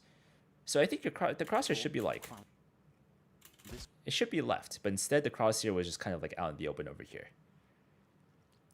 So I think it's like a slight mechanical mistake. Would that have changed anything? Maybe not. But I also say it's tough. I want to say it's kind of forced because of this wall, right? So because ideally he would peek back against this wall, and that way he can clear left way easier. Because, you know, the corner's so close to him. But because this wall forces him to go forward, otherwise he's going to get decayed, this makes swinging out a little bit weird. He essentially has to do like a hard, you know, maybe like a crouch peek to clear this area. Before, you know, maybe walking forward like this while pre-aiming here on the left, doesn't see anyone, walks out, clears out here. So yeah, slight mechanical error. Or not error, but like it could have been a bit... It could have been better. Alright. That's the potential for improvement there. Evacuating, playing out of it. A game of instincts, just spamming onto the angle. He doesn't quite get it, and that's Shorty eviscerating and shredding them. Scuba. Dang. Okay. Can't Okay. stand up to it. Didn't have the health to really contest. Significant win conditions. Did they save their rifle? They did save a rifle, right? Here for NRG. Right. Okay.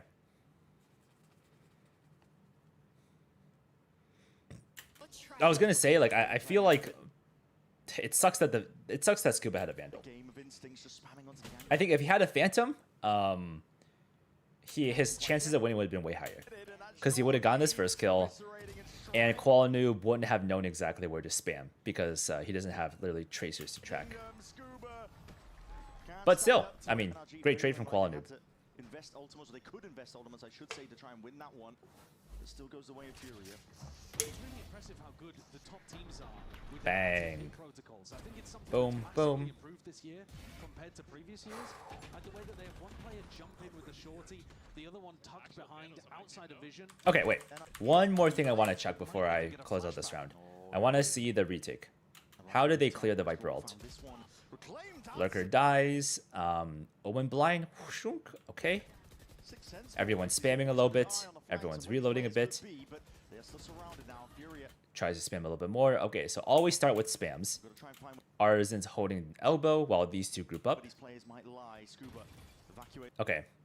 There's one smoke. Ooh, okay. So smoke here to create a little bit more space on the right. Interesting. Okay. And within this smoke, Koala Noob jumps in with his classic. Bang. Doesn't get anyone. So while Koala Noob is making a lot of noise jumping into his own smoke, Nerve goes forward this way with a shorty. Kills Ethan. Why did he have a shorty out? Did they know Ethan is low? He's just trying to distract with that ult pickup. It's very disciplined, that flash. Avoided for the anti-position. Okay. Pickup. Straight onto it now. Flash. Avoided for the... Got it. Okay. EU dies, and he comes, yo, I lit Ethan. So he's calming that Ethan's 66 health. Or is he 66? No, minus 40. No armor, right? Yeah, no armor. Okay, so he's like, all right, Ethan minus 40. Okay. So, Furia also knows that NRG are saving. So he's like, all right, if he doesn't have armor, like he's half health. Okay, and then we go forward a little bit. Brock dies. Everyone's spamming a little bit, hoping that they did some chip damage. So, okay. Try and find where these players might lie. Whoa, Scuba also got chunked. Okay, so they spammed. Okay. So TLDR, the big takeaway is when you're clearing Viper ult, always just spam. You don't need to like run in and like rush in. And also fights are gonna be fast in Viper ults. Either you get one shot or they get one shot, one of the two. There's usually nothing in between, right? 'Cause it's not like you're gonna be like ducking in and out of cover when you're in the Viper ult. So with that being said, you always want to spam Viper ult first. So you see how these guys they just spam like 1.5 mags for each person. Evacuating, playing out of it. Scuba, unfortunately, he wanted to spam back, but he didn't want to give up his location because he has a Vandal. So that sucks. Because like Scuba almost got a lineup here. A game of So because of all this, because Ethan got hit it a little bit earlier and everyone spammed, that's why they're playing it the way they are. So Koala Noob jumping in with a classic, Nerve just going into the ult with a shorty in his hand, kills Ethan. Nerve jumps in, he's just trying to get info.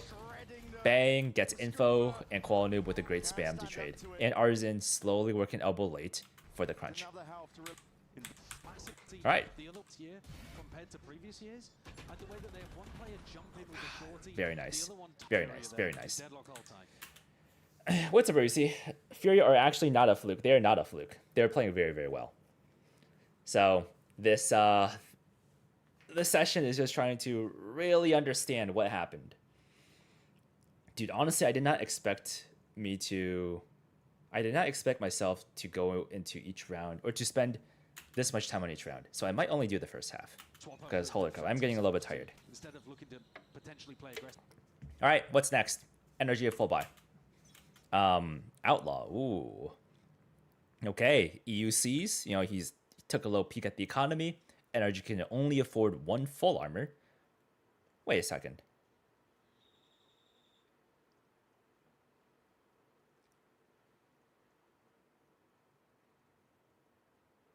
Okay, this is an anti-strat, I think. Definitely.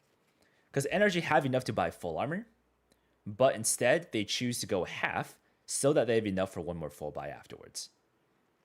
So I think Furia know this. They've done their research. They know NRG, they like abusing these half armors. And so EU takes a little bit of a gamble. Not really a gamble because they've done their research, but that's why he buys an Outlaw. And I mean, he's going to get rewarded, I think. All right, Outlaw, long range fight, bang. So Outlaw for this long range fight, and then the Judge for this close range fight ramp, while everyone else leans towards B with Vice Util. Okay, pretty solid. NRG, no one's mid. B main control, late A main. What a read, dude. What a read. What a read. So NRG, for some reason, they think Furia are going to aggress A main. So these guys smoke heaven, flash B main, right? Faking a fast B hit. So they're faking a fast B hit, Omen TP. Okay, so this is kind of similar to pistol round, right? Except no net, it's just a sky flash and an Omen TP and an Omen smoke heaven. So this is NRG trying to fake a fast B hit, while these 3 post up for an A main aggress. That's the same setup they had on And it kind of works, right? Furia, these 3 players are leaned over. I mean, they're already stacked towards B, so Furia don't really need to move. Because, like, what? I mean, their setup is already, like, stacked towards B, so they're chilling. Keeping it simple. No one moves. Oh, maybe now. Okay, now EU moves. Okay. Okay, no, so he does move. Okay. So they're calming all this. They're like, wait, they flashed. The Omen TP'd. Okay, I'm smoking. Smoked. EU's like, okay, I really don't see anything. Okay, I'm just going to shift over. So EU started, everyone is literally shifting. Wait, okay. So Alum shifts towards mid, vents. So it goes from ramp to vents. I forgot, who was this Neon player we were analyzing in Solve Academy? Was it Dombi? Maybe it was Dombi. I don't remember. It was a Neon player. But basically, for Neon on split, and if you're playing Judge, there are a few places you can start that gets lots of value. In the sense of, you have a lot of options. Are you on Twitch? I am not, but soon TM, dude. So drop a follow. Because basically, the current my current plan with Twitch is I'm gonna do like analysis and watch party stuff on YouTube because that's what you guys, you guys know me from YouTube. That's what you guys are known. That's what you guys know me for. So if I'm going to do anything, I'm going to stream that here, and then for Twitch, I'm going to reserve for my casual, for fun gameplay. So if I were to stream Valorant or even like Deadlock or other games, I'll probably stream it there. But I think at a certain point soon, I will start multi-streaming.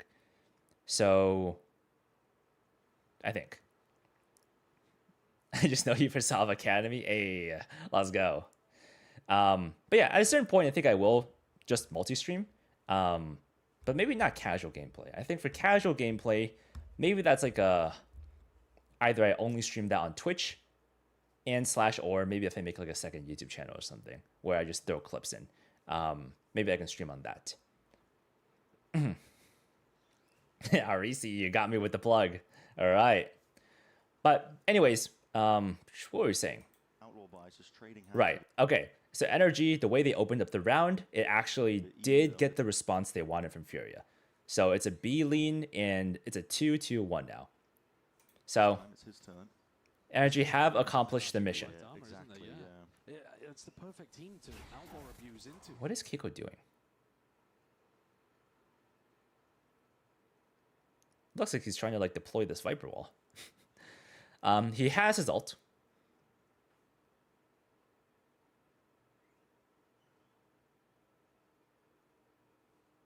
So he has one smoke. He has his ult.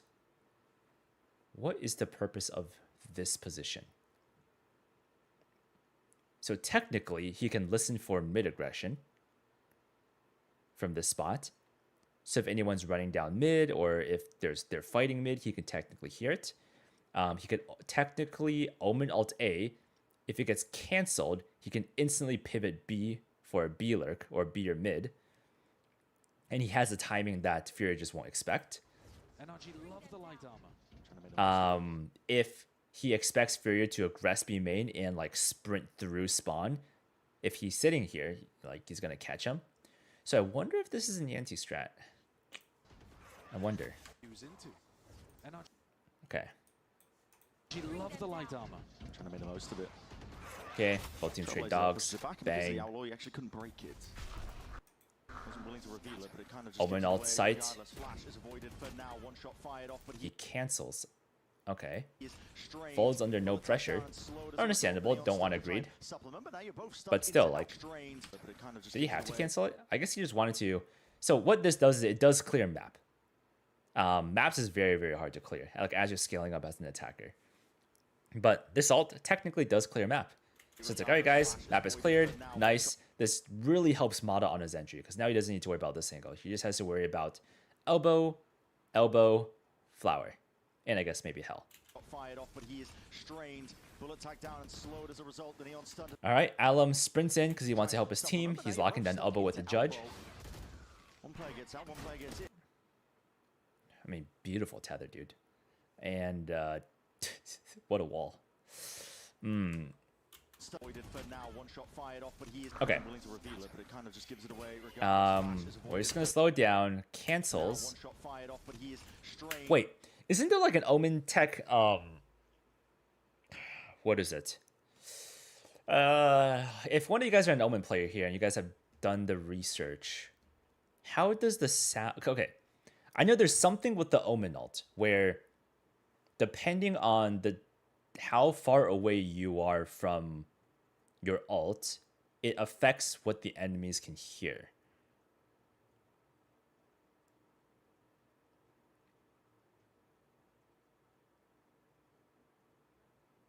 I completely forgot. I tested this before. Like, there's a reason why when you Omen ult, you want to Omen ult far away from where you're at. Because I think when you cancel it, I think as you cancel, when you come back, I think if it's far enough away, it won't, even if enemies are close, they won't hear the cancel sound. I think that's it. I think. So if that's the case, then maybe the reason why he wanted to do this far away is so that if someone is mid, they won't hear the cancel sound. and so he can do like a late lurk better. Bullet tagged down and slowed as a result. The Neon stun to try and supplement, but now you're both stuck into elbow. Yeah, that's because like because why else would Omen intentionally still being strained like stay back here? And again, it's Furia right? opting into these outlaw buys, just trading hands with it. EU don't this time. It's his turn. And why would he go into this little corner? Yeah, Exactly. Yeah, it's the perfect team to outlaw abuse into. NRG love the light armor. It has to be something to do with the alt sound. The most of it. Anyways, not gonna read too much into it. This wall, oh, not great, man, not great. This just shows like, you know, you probably want more reps on Deadlock to make sure this doesn't happen, because this is like round losing. And as we'll see, I mean, we actually might not see, but a bad wall can lose you the round. This is just so good. Furia are like, hey, we don't want to give up sight. Let's just all come out together. Tether, dude, they hear him close. Perfect tether. Bang, great for the judge. Judge peeks again. Oh. Bang. All right. I mean, tether plus judge is just disgusting. Scuba and off angle. Ricochet now, though. We're going to see that one. Ricochet even connects there. So yeah, not really a great Deadlock ult. I mean, it feels like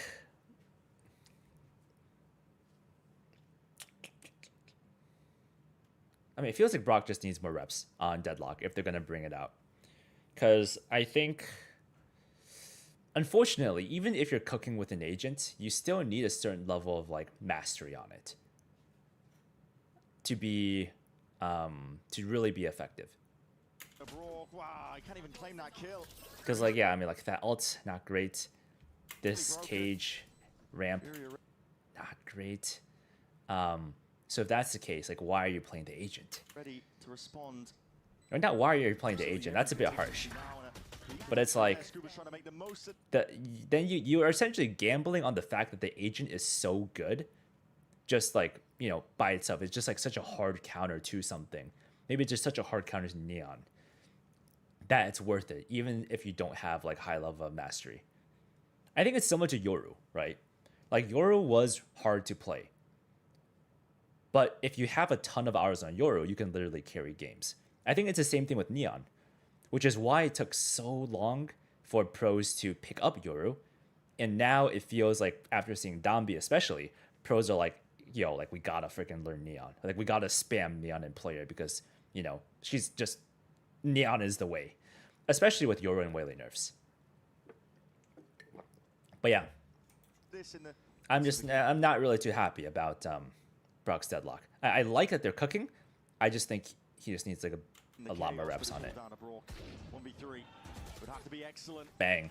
Yeah, it's tough, right?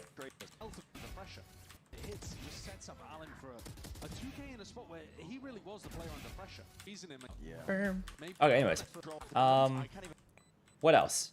So what was this round? This round was Alum and EU playing really well together over here. And let's go back a little bit. A big question mark on Keiko's play. Not question mark as in like it's sus. Question mark as in like he's cooking something. I'm just not 100% sure what he's cooking. But I'm sure it has to do with something with the Omen ult.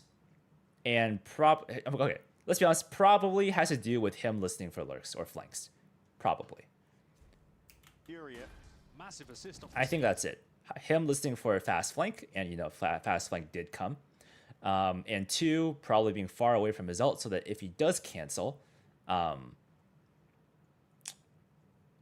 believe it's, yeah, if you're far enough away from your ult and you cancel it, you won't make a sound when you come back. I'm pretty sure that's it.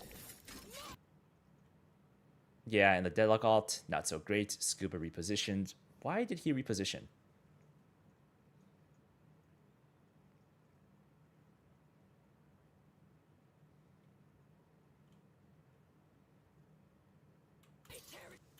Here to Furia.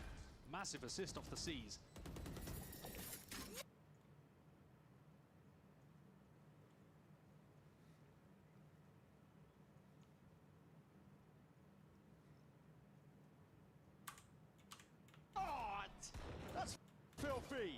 So the problem is you're down players, right? You're down 1, so something has to happen.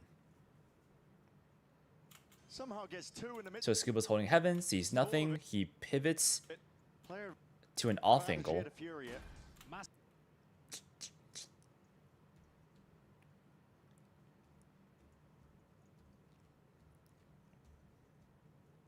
I think this is just Scuba being indecisive. Yeah, I think this is him being very indecisive. Because you're down numbers, you want to make a play. I think he's a little bit out in the open. So he's like, at TLDR, he's playing here because he wants to play in an off angle, right? So he's like, all right, I'm playing in an off angle. Cool. I'm going to like mow him down as he comes through. He sees a little bit of spam. And then he's like, actually, I don't know about this. Actually, I don't actually want to play in this off angle. And then he just gives up the space. And then his teammate, and then Brock ults. I mean, it's just like, what is going on, right? Like one guy's ulting into a smoke, the other guy's running back onto site into a smoke, and then we have like a guy lurking top ramp. So it's like, what is going on? What is going on in this post plant? It's just so messy. Everyone's just doing their own thing. I bet if you guys like pick out some kind of like, if you guys just pick up your favorite player from Pacific, like a top player from Pacific, maybe anyone from Paper Rex or even like Nongshim or whatever. I bet if they chose to play in this off angle, they would have stood here and just fought their way until they win.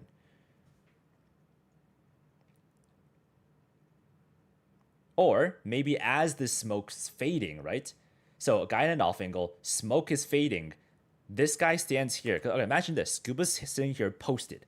This is a really good angle for him because no one's going to be preemed at him. So he's posted here. He's a little bit scared of heaven, right? So that's the only downside. He's a bit scared of heaven. But he's posted. He's like, all right, if someone comes through, I'm just going to mow him down. Keiko has to speed up his hit. But either way, Scuba's posted. Waits. Smoke's about to fade. Then Brock pops his ult. Right as the smoke's fading. Wouldn't that be kind of nice? Because now Fury are in a weird spot, right? Either they run through the smoke, or if the smoke's fading, Deadlock ult pops, and now Scuba can take a fight, and these guys are like giga pressured.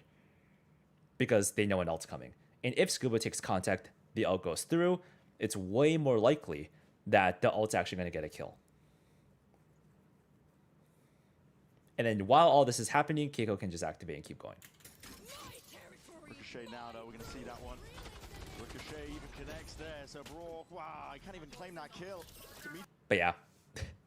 But also, if this wall just landed right, then the round probably could have looked a lot different, right? The wall's still here. It's intact. It didn't get broken. We have Keiko playing A main, holding for the flank.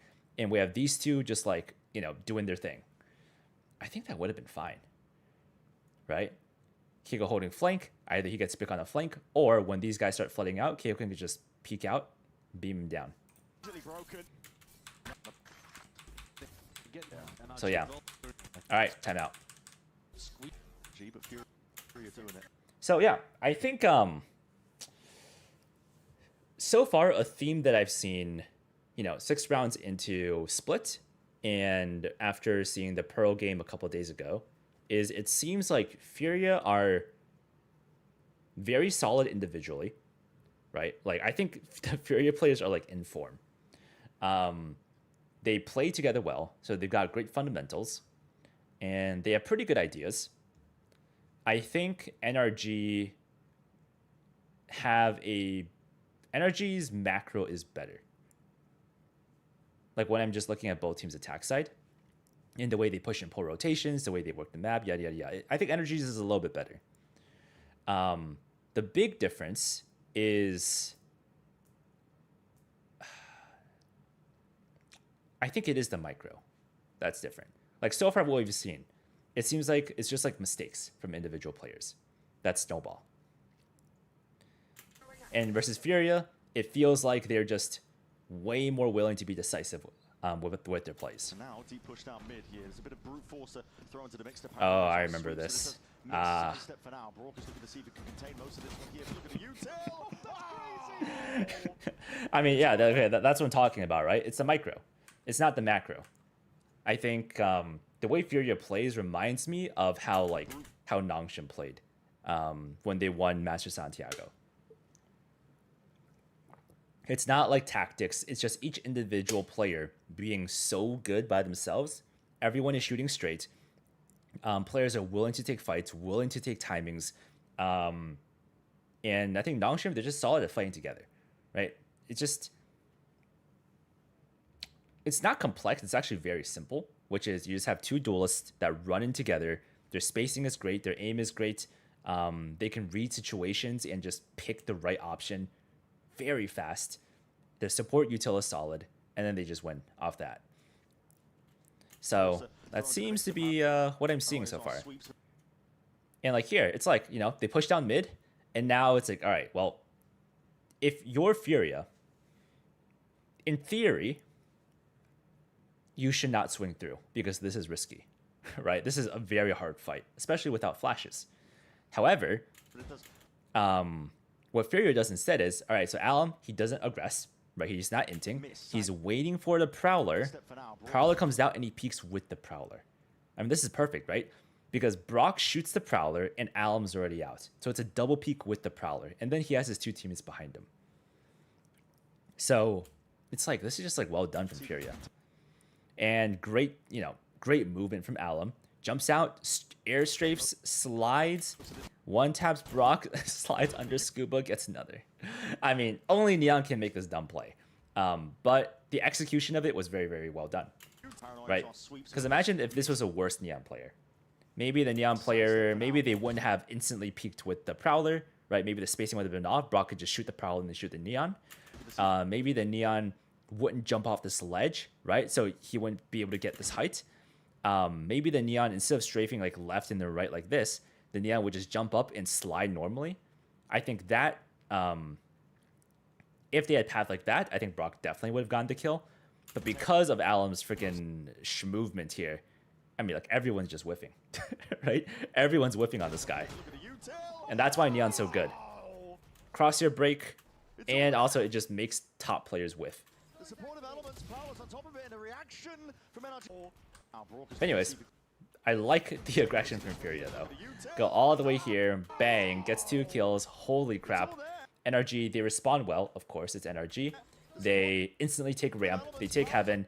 Artisan walks out off a timing because he's just so confident. Gets 1, gets traded.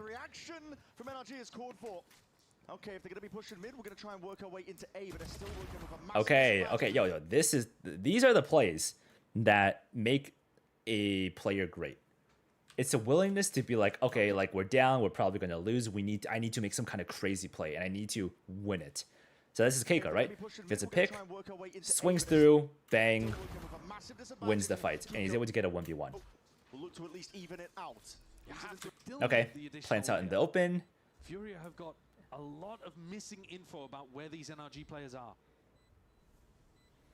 Very aggro line here by Keiko. Timing. Oh, yeah. I think if Keiko had peeked and then gotten the 1-tap, he would single-handedly win energy this round. So that's like superstar play, right? Where you peek off a timing. I think Keiko's like focus broke for a second. Very aggro line. Like he wanted to re-peek off a timing, but he didn't actually expect someone to be there, like in his crosshair. We're saying risks need to be taken. He just reveals himself for now. Blinds. Missed Allen, and he's moving forward. Nightmare, take them. Connects. Nerve just follows through, and boom, boom. Yep. It's easy picking. And then, yeah, I mean, Fury just ripped their ults, grouped up, ripped their ults, bang. They're very unusual set play. You don't normally see people that is all nice. the way down mid and then have another layer to it. I love the jump of the box as well. So Alim is so high up here. Really breaks crosshair placement. Even if he hadn't got the second 2, he's playing. Damn. It's unreal work. Why not wait for a flood and then ult? I'm guessing you're talking about the Deadlock round? I think a big reason is because, well, yeah, okay, so one, I think it's a couple of things. I think it's just like Scuba's misposition. which made Brock feel like he had to ult to help, maybe. But also, number 2, Deadlock ult takes time to take out. So maybe he was scared of that. But I don't know, yeah. I just feel like that round could have been way better. And I think if Brock had more experience on Deadlock, the decisions would have been higher quality. From him. TLDR. Deep pit now going to be layered into that mid angle. Plenty of footsteps and all the bullets going to be followed up where that came through. Oh my god, the spam. But the spam. Okay, well, Viper ult mid, Vice util towards A, you're changing it up. Omen and offing will be up. Outlaw. All right. Double Outlaw because they know that all of NRG are on half buys. So this is also Furia doing the research on NRG. So something we also have to mention is we don't know what kind of conclusions Furia have come up with in terms of their game plan against NRG, because they clearly know NRG's tendencies to like purchasing half armor. So that's why they bought 2 Outlaws, It's right? just karma coming back to bite call him. it karma, I think, yeah. Double Outlaw being used here as well by Koala Noob and EU. Reading into the economy, knowing that every single player on NRG The cannot casters are afford saying it. full armor. Dude, honestly, like, I love when Sideshow casts. Is it like Brendan Sideshow? I love when those two cast because they actually, like, they know what they're talking about. So a lot of the times, it's kind of funny because I'm like, you know, what I do is I usually just watch the game, and I would like take notes because, you know, I'd like analyze like what's happening. And because of that, you know, off that, I would draw conclusions, you know, read the game, yada, yada, yada. And a lot of time, me and the casters, like Brendan Sideshow, are actually thinking and saying the same thing. So that actually makes my job a lot easier because sometimes I can just let the round play out a little bit because the casters are already explaining it so well. So I think for Brendan Sideshow, that's definitely one instance of it. It's the same thing for Pansy too. Pansy and I forgot who our partner is. His name is leaving me, but yeah, Pansy also knows what she's talking about too. A lot of it just a distant hum, I think, as they're taking that ramp control, but okay. even Default, everyone's shifting towards A. NRG But now what? NRG, they're just everyone's posted for a repeak. Okay. to waste it. Yeah, they posted. They also have. They're also starting to put this sensor over here, to stop that neon play. Right? Remember how like how Brock got ran down? So instant adaptation. All right, we're just gonna place a shallower sensor to stop the neon. There's only 40 seconds left. I gotta say. Yeah. I'm gonna be honest here though. I don't actually know if this sensor stops neon. Someone's gonna have to test it out. Couldn't neon just sprint past the sensor before it pops? Or maybe not actually. Actually, I think my Deadlock knowledge is outdated because they buffed sensors, right? So now it pops way faster. Garda's ultimate should be devastating here. If they go slow, this could be really worrying, but now they're making noise up towards heaven, and here it is, Steel Garden. Bang. A giant Vice ult. It's going to be taken away every single Giant section of the Vice gun. ult Sonic to Sense stop the is gonna hit. be placed in an attempt to try and Oh, look at the sensor. 20 seconds to save them back. The 20 sensor could be seconds, I think, huge. again, to the side there. I mean, if Fury have got this one anchored already down and out, this is going to be really chaotic. Into the Okay. final few moments down to the elbow play. Oh! EU just swing it out Oh wide. no, the Perfect whiff. response in time and nerve straight there. Once more, key cut. And just well played from EU to stall and not peek, wait for his teammates. Okay, yeah, so let's go back. A post, everyone's grouping up. NRG contacting up, contacting in. And then NRG explodes forward. Artisan immediately ults. A great ult. Look, it literally hits every player. Let loose. Also, Quality Noob just peeked B main. Doesn't see anyone, so he's like, okay. Every single section of the guns, and Sonic Sensor, it's going to be placed in an attempt to try and There's 20 seconds. save them back. 20 Yeah, seconds 20 already seconds on the left. Doesn't spot anything. So, Fury are pretty convinced it's an A hit. Fury have got this one anchored already down. Roomba comes out, Flash comes out, pops sight, they know one sight. Mata clears slant, no one slant, okay. Into the final. Next. Now what? So Deadlock wall here, so they know they can't get flanked heaven. I mean, I feel like this Deadlock wall's kind of mid, no? Like, it just feels kind of mid. I don't know, but like, what's a better Deadlock wall? Something deeper? But it could technically just get shot. Maybe Deadlock wall over here. Okay, wait. Can we valve plant a Deadlock wall? Nope. Maybe something like this. I see. Can we twist and turn it? No, maybe not. We can't even... The problem with this wall is if you do it here, then these two endpoints will be over here, right?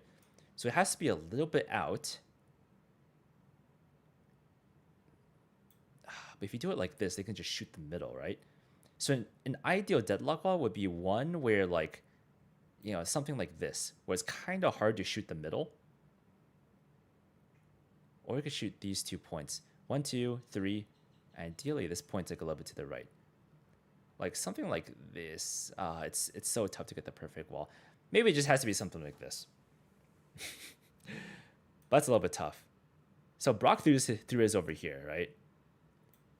So the wall looks something like this. Like the points are like here, here, here. Maybe one that stretches far.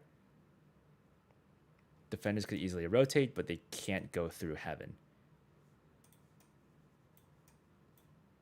The good thing about this is, like, now you're essentially funneling the defenders this way, right? Because maybe they don't want to break this because they don't want to take heaven. But if you throw this wall over here, then it's going to get broken no matter what. So, and if it gets broken no matter what, then it might just get less value. But at least it gives you info, right? It gives you info when someone's trying to break it, and it takes a second too. I don't know. And I want to say, like, what if he just walls vents? But the problem with walling vents is now it stops NRG from pivoting B if they want to do it at the last second. But at the same time, there is no time, right? There's 20 seconds left. So you may as well just wall all vents. You know, clear it real quick, wall it off. Wall it off. That's probably better. I don't know, dude. I'm really picking on the Deadlock. Because, you know, again, it's like an off-meta pick. We need to make it work, and it seems like it's just a little bit off. Anyways, jumps out. What? Mata jumps down. Omen TPs across. These two are coming through. Vice Thorns, right? Yeah, Vice Wall and Vice Thorns that haven't been triggered yet. Okay, so Scuba's waiting for Ethan to double up so that they can double swing through. They do double swing through, but the Thorns pop at the perfect time. You kill Scuba, because Scuba's stuck in the Thorns. Mata needs to get this trade, but off this contact, the Vice Flash happens. So it probably flash Ethan too. So as this flash happens, Artisan peaks. Okay, so Mata has to get this kill, but it's such a crucial whiff. Such a crucial whiff. And the Artisan peeks out off his own flash. Ethan is stuck out here in the Thorns, gets 1 kill. Artisan peeks out a bit further, kills Mata, who's whiffing. And then Keiko, who TP'd forward, gets the trade. Okay. Dang. So, I mean, it's just a good setup from Furia, right? A good setup from Furia. The wall, the Thorns, the flash, these two playing off each other. I mean, I don't know. It's just like, it's a solid defense. I wouldn't say it's anything extremely crazy. The reason why the trades went in Furia's, why it went Furia's way is because I think, unfortunately, Mata just whiffed. Mata just whiffed, unfortunately. Did he have satchels? No, because he double satcheled ramp earlier, right? He double satcheled into heaven. Okay, they're coming out. The Roomba. What does the Roomba do? It clears Flower, so he doesn't need to worry about Flower. I mean, it's okay, right? It clears Flower, it clears Close, I guess. This is going to be really chaotic into the final few. Yeah. The reason, first of all, why did they double up bottom? Why not just have more people heaven? No, there was more people heaven. Keiko just TP'd out. Oh. Oh my goodness. Mata spots a guy. Oh. Oh, also Scuba whiffed on EU. I mean, it's fine though, right? Because there's a trade. The problem is there's no trade. Honestly, it's just this is just what happens when you force your way through a. Wait, oh my god, the spike like TP for a second. Yeah, this is what happens when you try to force onto a Sentinel site with no time left. So honestly, like, I think this is fine. I think this is just them not working the Sentinel util and they're getting punished for it.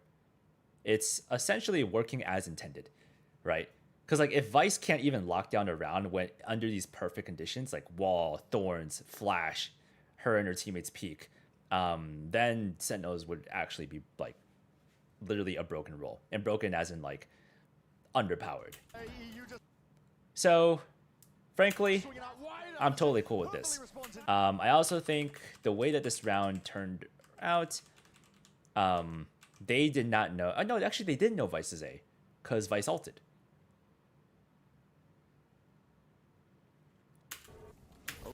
So now the question is like, what has happened? Okay, because like NRG really, they wanted to do like a 3-2 split, right? They didn't want the A main guy to be alone, because that's where the spike is. So they're like, hey, we want 2 A main, everyone else heaven. Now the only problem is the util's A main, right? So these two just got fucked by the util. And then these two heaven guys, I mean, Furia just swung as these guys are scaling out. So it's a good timing for Furia to fight.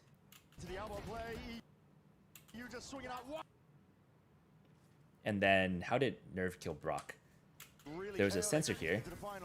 So Brock is holding spawn despite walling it.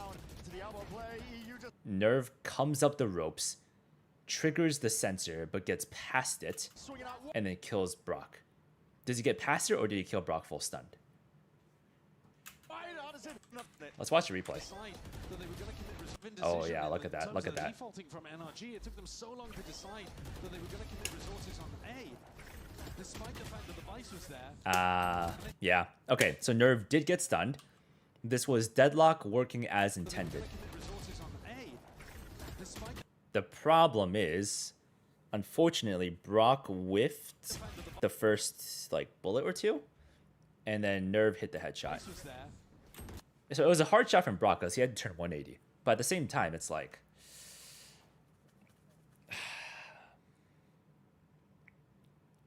did they really think this feels good? I don't know.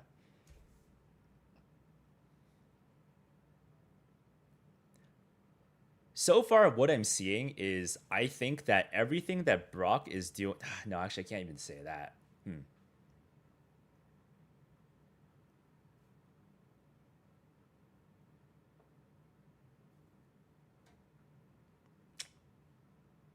Something's just a bit missing. And it didn't get a proper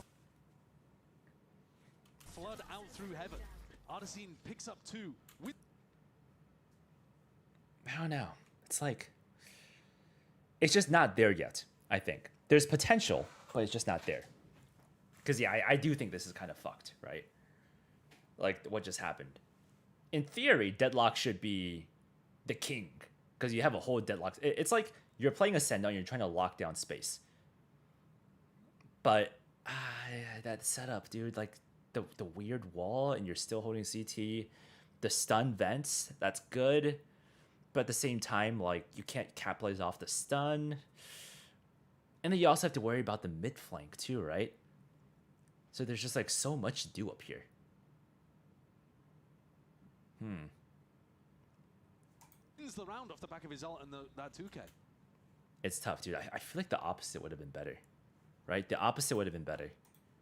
I mean, obviously, this is hindsight, right? So, VOD review, we're going to look over it again. If they decide to play split again, I'm sure things are going to change. But, like, what if the wall's here and the sensor is up there? Wait, what is this? Like this? Right? And if he wants to hold CT, he can. You know, hold it from here like this. Wouldn't that be so much better? Like someone swings through, he gets a pick, and then he literally doesn't need to worry about vents because someone has to break it to get to him. Well, the question is, can someone stand on top of this box and jump over the wall? I don't think so. But if that's possible, then it's like, okay, well, shoot. Well, then I guess the wall has to go up here. But either way, same thing, right?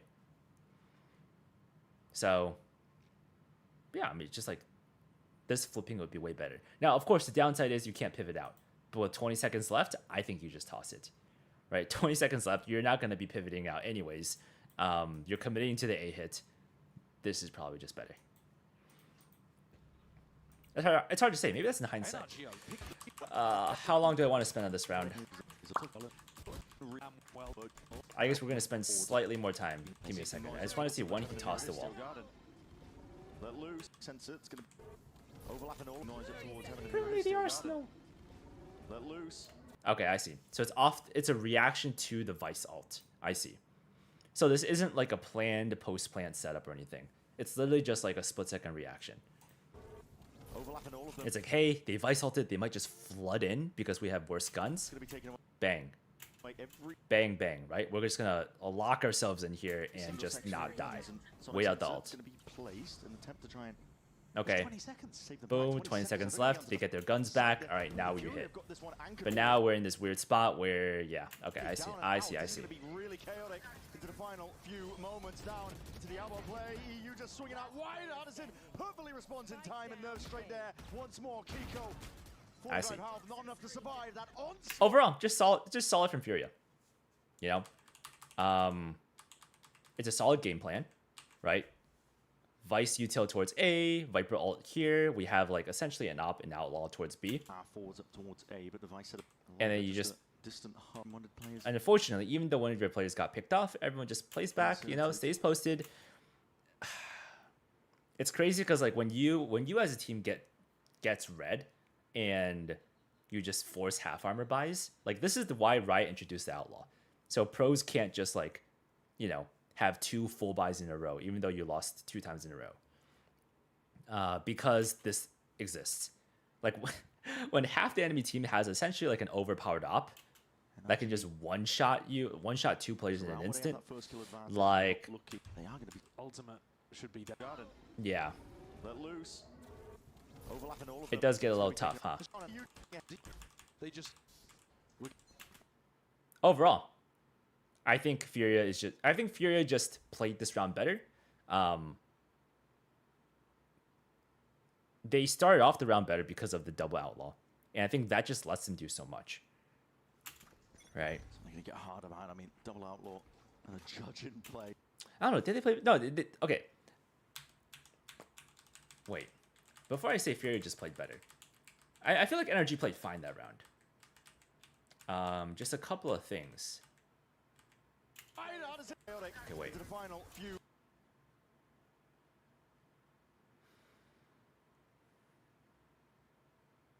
I guess it just comes down to the micro, right? Because like so many things. I think Furia played it normally in terms of like they played their setup essentially perfectly, right, as you would expect from this setup. The X factor here is what can NRG do individually to mitigate this. They had a flash, they had a sky flash, they had a raise Roomba. So that's like the team play aspect, right? Sky Flash over here. Okay, so Sky Flash over here for Mata to clear slant. Gets nothing. Roomba goes towards site. Mata peeks out. I think this is like, if Mata had peeked out and like not jumped down, you know, he cleared double first and then jumped down, he probably would have gotten the kill. So didn't happen, unfortunate. It's okay. It's all because time was low, right? Time was low, so NRG are kind of panicked. Mata jumps, lands. He should have gotten this trade, but instead he whiffs. What if Mata got this trade? So I think Scuba still would have died because EU peeked off of, you know, his Vice util, or his teammate's Vice util.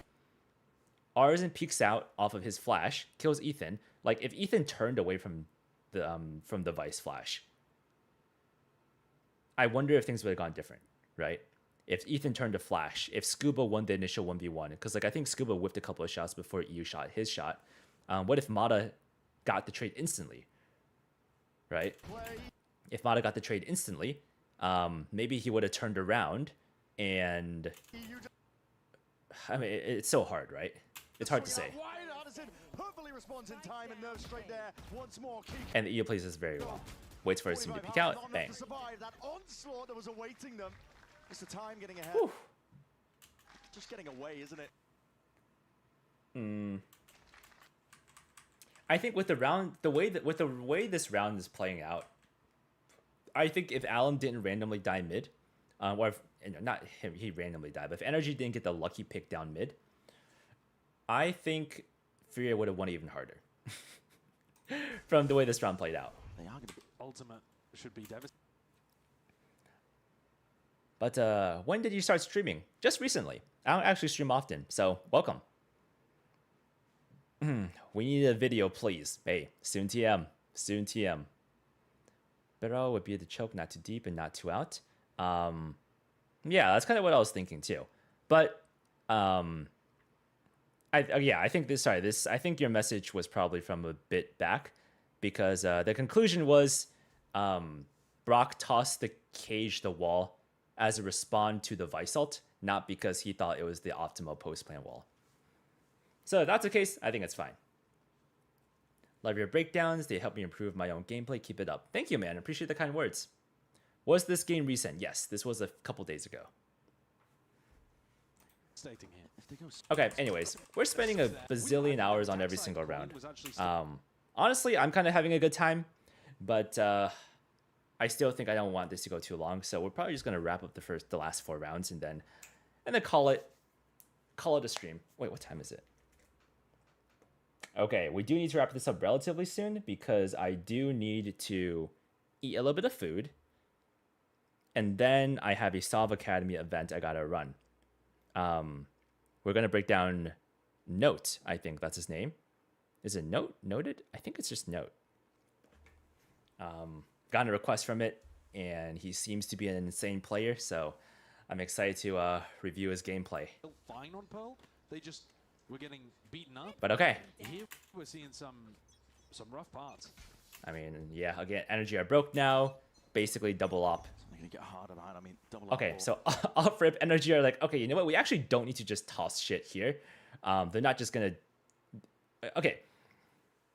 NRG realized the adaptation is we don't need to waste util at the choke, because if they're gonna aggress, it's gonna be with the neon, and we're just gonna get run down. So instead, 1 sensor over here is enough. So nice. NRG are becoming very efficient. Oh baby. Nice. I mean, it's just solid, right? Like Qual Noob, peeking out. They know that NRG. They don't flash mid off rip. Like a worst case scenario, it's a dog, but like if there's a dog, you hear it and you can just back up. So Qual Noob, him and Nerve are doubled up. They're not scared of this fight, especially when Qual Noob has literally an op that can fire twice. Gets a pick, doesn't overheat, ducks back, pops a smoke, pops a molly, double post again. Nerve playing anti-flash while Qual Noob posts up. So yeah, it's just like a willingness to fight when you have better guns. Not gonna be favored, but and yeah, NRG are like, shoot, this is tough. Dude, honestly, it just feels so impossible for NRG. I think unfortunately they just have to prioritize full armor more, because when this happens, like, dude, playing against 1 op is hard enough. Playing against 2 ops, like, dude, seeing NRG getting beat down like this, it is very, very annoying. yeah. Even when they're down. And especially since they don't have like a double drone comp like they had on Pearl. It's just Sky. It's a difficult composition to push. So yeah, the counter to it would be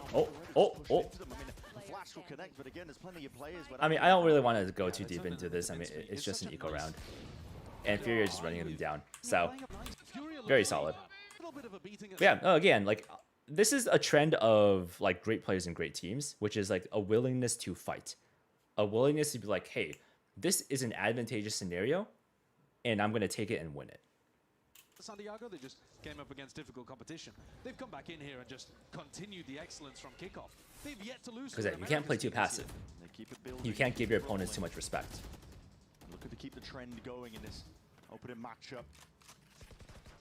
Very strong start. Kuala Noob Ops alone on A. Just willing to hold this one down as a lot of players just slowly drifting Yeah, over Kuala Noob an actual op this time. there on the NRG side, but the spike is in mid. Yeah, it's a Dude, little Alum bit weird. really wants. Judge Lion, Oh, way to paranoid okay. release, force the issue, so Very, very great awareness from NRG to blind this line because they expect Kuala Noob's op. And they guessed right. Can't really play that angle. And now that they've forced the player off the A line, coming back over towards mid. So no, oh my god, this is the danger zone. If that connected, it could have been absolute. Can't really play that angle. And now that they've forced the player off the A line, coming back over towards mid.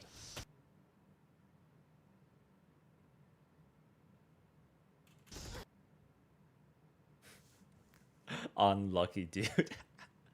Unlucky. That angle. And now that Wait, they've forced the wait, player wait, off the wait, A-line, wait. Coming back over towards. Wait.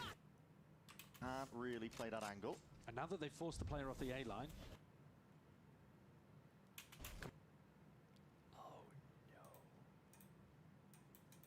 coming back over towards. Mid. Oh no. Oh no. Oh my god. That's an NT moment. Okay. So, TLDR. Let's go back. This is the player off. Way to paranoid will at least force the issue, so call All right. Pressure A, right? Pressure A. So EU's like, oh crap. All right. They're literally blinding A. I'm going to shift over. So EU makes a lot of noise vents, right? Going this way. Can't really play that angle. And now that they've forced Look, the player. a lot of noise, right? These two hear the noise and they're like, oh crap. They're rotating A because we just blinded. All right, this is our time to take more space mid. However, Furia know that NRG know this too. So these two are ready for a reaction mid, right? They know that EU's making a lot of noise and they're playing off it, right? They're trying to use it as like a little bait. Off the A line. Brock walks up, the smoke fades. He doesn't want to get caught out in the open. So he makes a footstep to tuck in over here. Unfortunately, exactly where Mata is. Coming. Now, Alum hears this, right? So he's like, wait a second. A guy is literally stuck over here. And he knows no one's mid because he's literally like padding towards vents. So he knows no one's mid. He knows there's an Omen blind. And well, what else did they hear? A main. Yeah, it's a little bit weird. Yeah. Judge Lion, way to paranoid will at least force the issue. Okay. So in theory, they should, after Quality makes his call, they know that at least two energy players are A main. The Omen and the person or people who are swinging off the blind. Call on it. Can't really play that angle. And now that they've forced the player off the A line. But yeah, so Alum hears the sound. He knows one player's here, so he's like, dude, I'm just gonna kill them, right? He knows, like, it's not like there's 5 players mid. He tries to stun here and there, right? So it stuns the guy in the corner and it stuns the market guy in case there's a guy deep. However, his stun gets clipped on the edge of the stairs. And so, No. Oh. yeah. So the only place that didn't get stunned is where Brock and Mata are. Look at this. That's so unlucky, dude. And Brock just peeks out and he's like, wait, what is this guy doing? No. Oh. Actually whiffs a little bit. Mata comes out to help and then they take out Alum. Oh my god. That's just so unlucky. Dude, twice this game so far. Twice this game. Right? Where someone tries to aim at the ground at a specific pixel and misses. So first it was Mata with the Raze ult over here, and now it's Alum with the Neon stun over here. It's not easy. It's freaking hard, right? Especially Alum's angle. Alum's angle is really hard to do. But it's funny. Typical Neon main playing Neon moment. Yeah. Honestly, if Dami were in this situation, he would have jumped while I was getting stunned and get a better angle.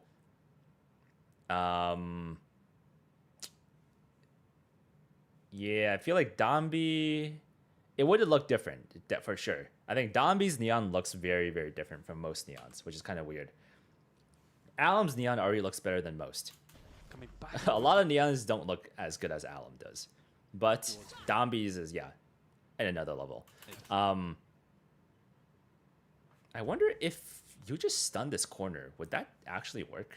I'm kind of curious. Where's neon? Neon, relay bolt. Yeah, it would work if you just stun against the wall. Based off the angle, though, it would go like here and maybe like here. So it's kind of mid. I think what Alan was trying to go for is like this stun out in the open, like stun on the ground, stun over here, which is actually ideal. So if you can get something like this would be ideal. But alas. Yeah, I mean, what? He gets swung on, it happens, strafes right. I think maybe it's a timing thing. Maybe he didn't want to strafe into his own stun. Because he has no space, right? Because he also has no space because the stun landed literally right in front of him. Back over towards mid.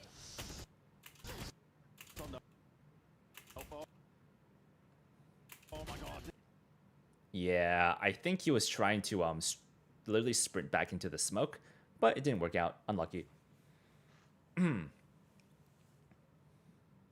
But I mean, yeah, it's hard to say like what the right play would have been.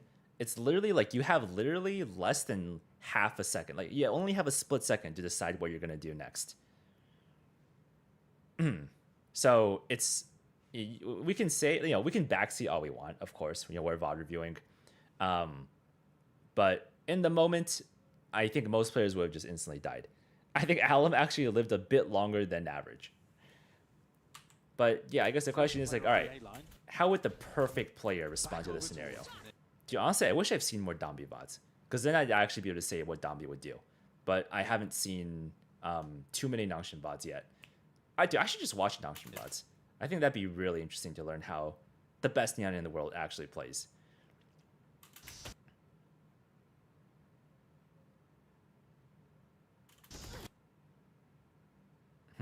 I am kind of curious on this stun timing. Could Alum have strafed right and then slid into the stun and not get stunned himself? So that's one question. Another one is,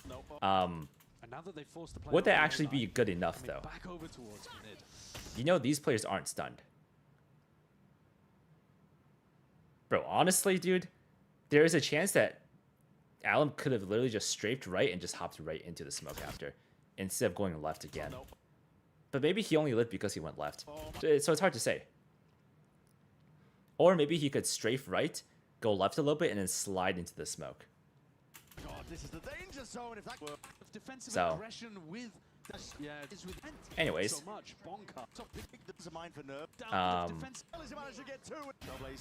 wait a second. Oh wait, we didn't see what happened next. So Alum dies. Luckily to dissuade and slap down Alum back to earth once more. Trailblazer, not quite broken. That is insane target selection. Yeah, spacing's off. I mean, he used straight in there, isn't he? Again, it's that blend of yeah, again, it's just like Furia are just willing to fight. They're shooting very, very straight. It could have been absolutely dire, but luckily and dissuade and slap down Alum. yeah, I mean, like, okay, so it's like this is a pretty. I wonder if these are what like people. This is like. It's like. What's the word I'm looking for? I keep going back to fundamentals. But it's like, when you think of a crossfire and how a crossfire is supposed to work, you have this image, right? I think Furia are just doing basic things very, very well. Like, this is a scenario where it's advantageous to Furia, right? You have a Viper smoke, so if anyone goes through, they're going to be decayed. There's a crossfire here. It's pretty dang good. Now, NRG are a great team, obviously. They dogged through, they smoked Mail. So they're making this situation good for them, and then they're going to triple swing through. However, I think this is a mis-execution from NRG. They dog through, they see Nerve. Yeah, it's...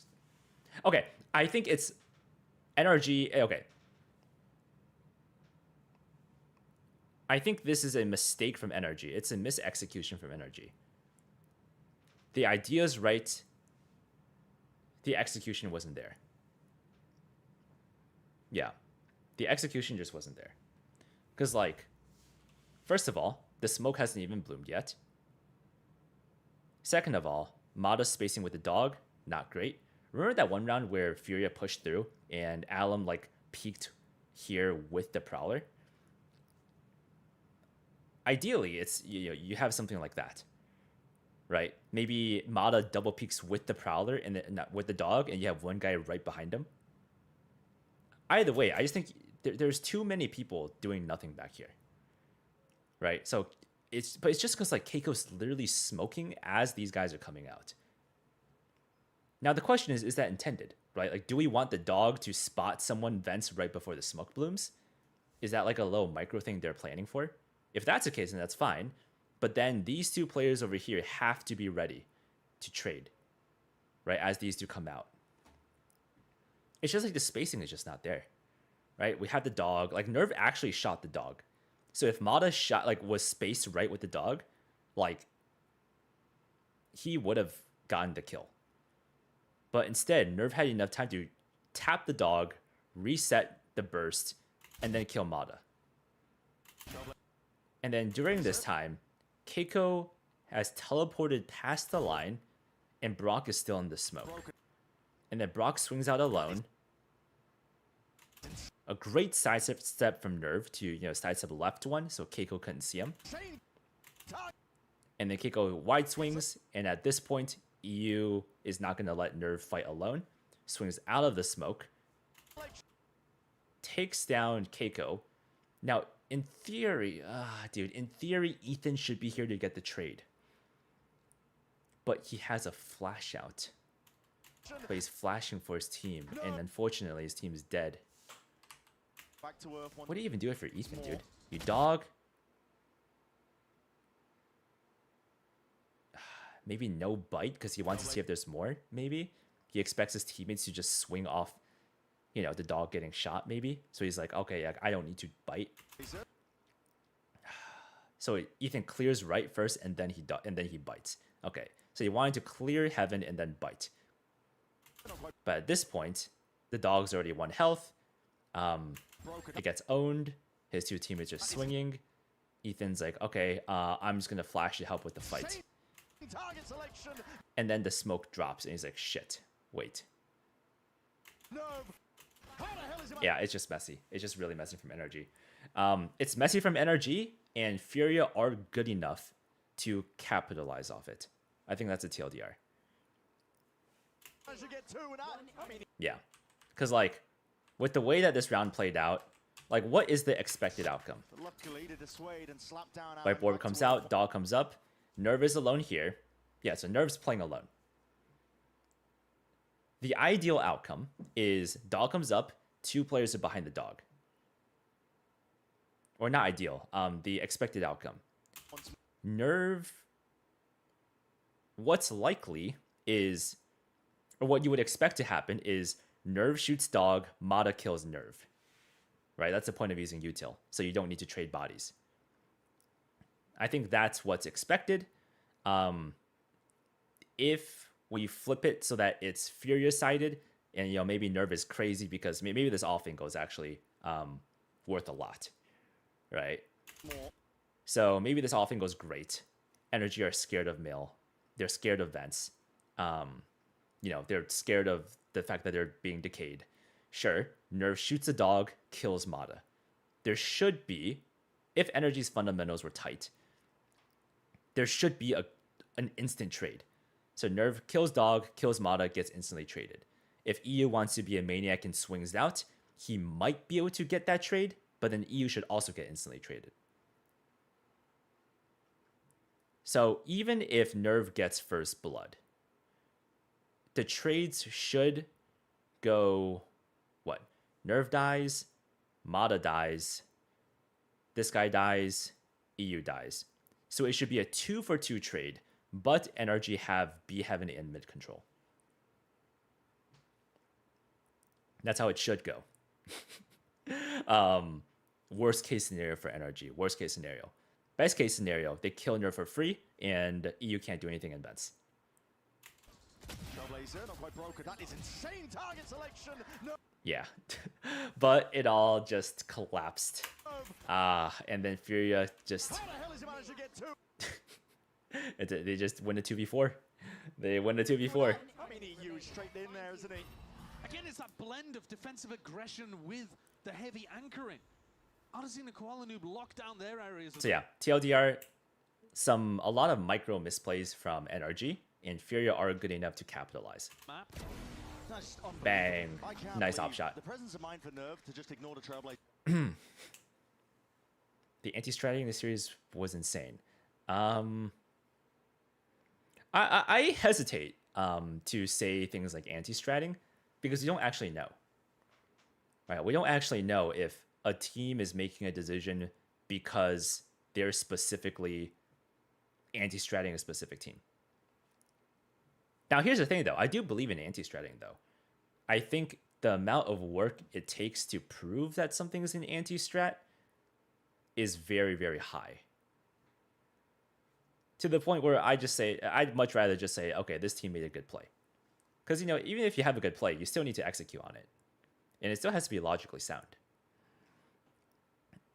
I feel like the blind used for the op is useless. Most of the Heaven could have been blinded with that Omen Flash. Most of Heaven could have been blinded with that Omen Flash. I'm trying to think. Are you talking about the blind at the very start? So you say you'd rather blind this line. Yeah, I mean, yeah, that's a very common Omen play, right? Where you do something like this. Bang, blind off rip. Or you start here. You know, bang, blind off rip. For B Heaven. Oh. So Omen's over here. Or Omen's over here.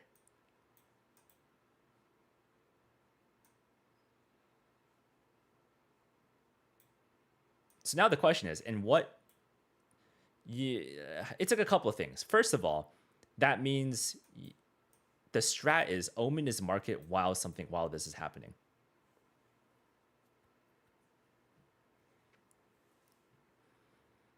Use after dog, like off dog, is why push the op.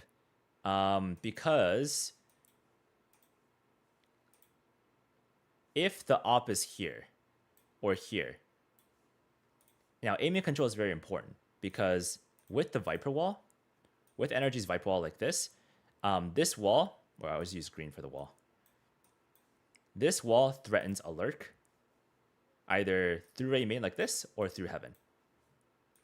Right, and because of that wall, it requires 2 players to be on A, 2 defenders to hold A. And if 2 defenders are forced to hold A, that means mid and B are weak, right? There can only be 3 players spread over here at most. And so, if you B split, like, it's going to be pretty dang easy, right? Imagine if it's 1-1-1. Then these B main guys are going to have a really nice time coming out. And this mid take can be, you know, if you just toss util, it can be dealt with relatively easily. Now, the problem is, if you have an op on the deep line, not only does it get early info, but also this lets the defenders go 2-2, right? Or even like 3-1 or 3-1, either or. And when defenders can stack B side like that, it becomes very, very hard to take B. Like extremely hard. So I think that's why pushing this pushing the up off this B line is good. So I don't think it's useless. I think it's good that they push the up back. And you see, like, because they did that, you go back. So because they pushed the up back, that's what prompted EU to shift over. Right? Because the second the up's gone, now they have to be scared of Scuba lurking up and backstabbing vents. Or, even worse, going up ramp and going into spawn. And then backstabbing like B site. So I do think there's value in pushing the op back.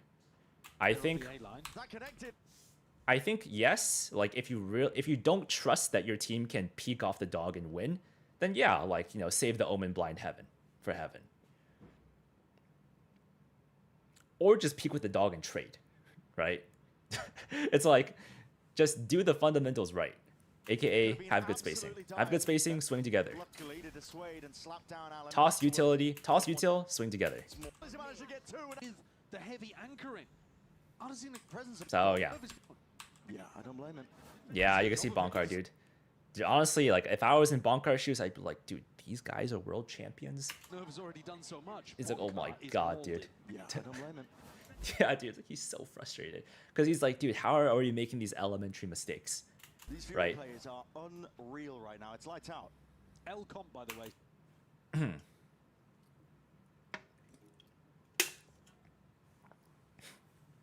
Should the value of the strongest ability in the game be used for the fake lurk? So I'm guessing you're talking about Omen Blind.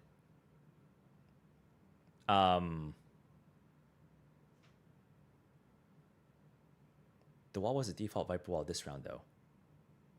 Wait, we're talking about last round?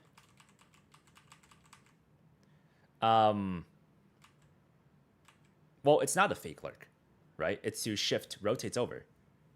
So the value of the Omen Blind was to get aiming control to take people away from mid where the team wants to hit. Right? So it's not necessarily a fake lurk. And while all of these guys are like, while all these guys are making noise mid, Scuba is holding for the reaggress. So I'm sure NRG did their research and they're like, all right, Furia have reaggressed. Like, they like aggressing on defense. So after they push the up back, like, Scuba's probably just holding for it.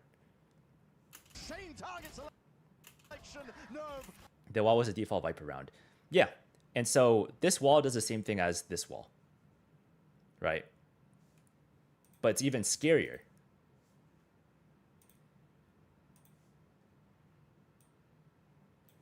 So it's even scarier because now, if you push the guys off, the two defenders are now here and here. Oops. And what this does is it lets the attackers lurk up and backstab vents. And so now you can't play vents anymore. Or you could, but it's extremely scary because of this lurk potential. So what this wall does is, bang, is it blocks off top ramp too. Now, I believe they had a smoke. Yeah, they had a smoke here. So if you invest a Viper Orb, top ramp, it does the exact same thing as this wall, right? But now you have a bit more space to work with over here in heaven. So yeah, I mean, overall, like, I think it's fine. I don't think it was a util problem. I think the util was fine. Like, you had, like, when you have 4 players mid, you should be able to trade even at worst. And especially because their util was, like, pretty solid, right? They smoked it off. They dogged forward. They had 3 players here. Like, they're ready. And, they pushed the up back. They drew a rotate towards A. I think it's fine. I think everything is fine. It's just... What's it called? It's like... They just have to swing together. They just have to trade. I think that's why Bunker was so upset, right? It's not like, oh my god, we got outplayed so hard. It's like, no, it's like... Bonkar knows NRG played it poorly. That's why. They didn't get outplayed.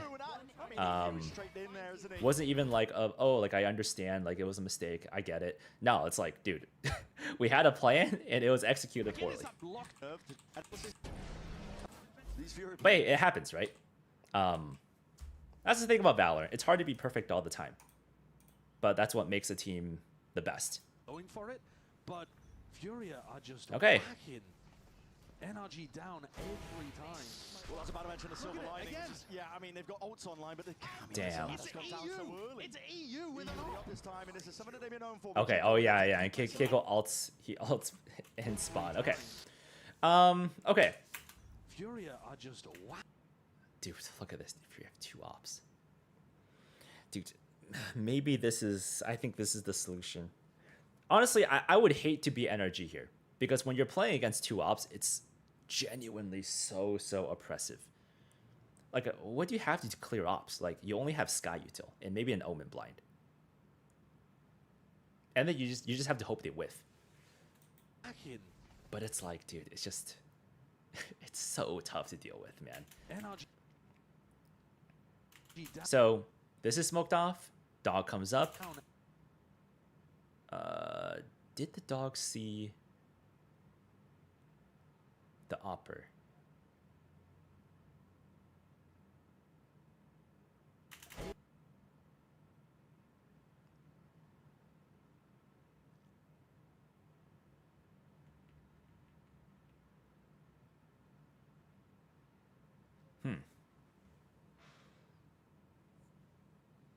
I'm trying to think if that's ever the play.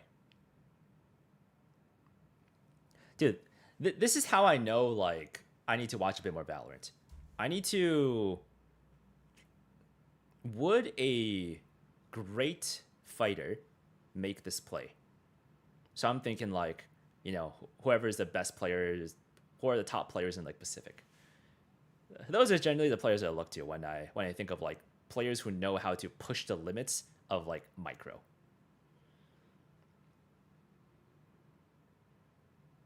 I guess if you think the opper is going to shoot the dog before backing up, then you could gamble and peek right now.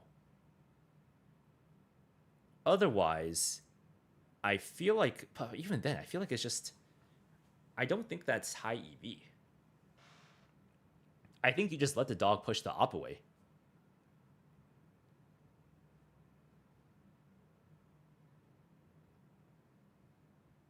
I mean, the thing is, like, Mata had the info, right? Because, like, the way that Mata peeked, Mata was staring right at the op.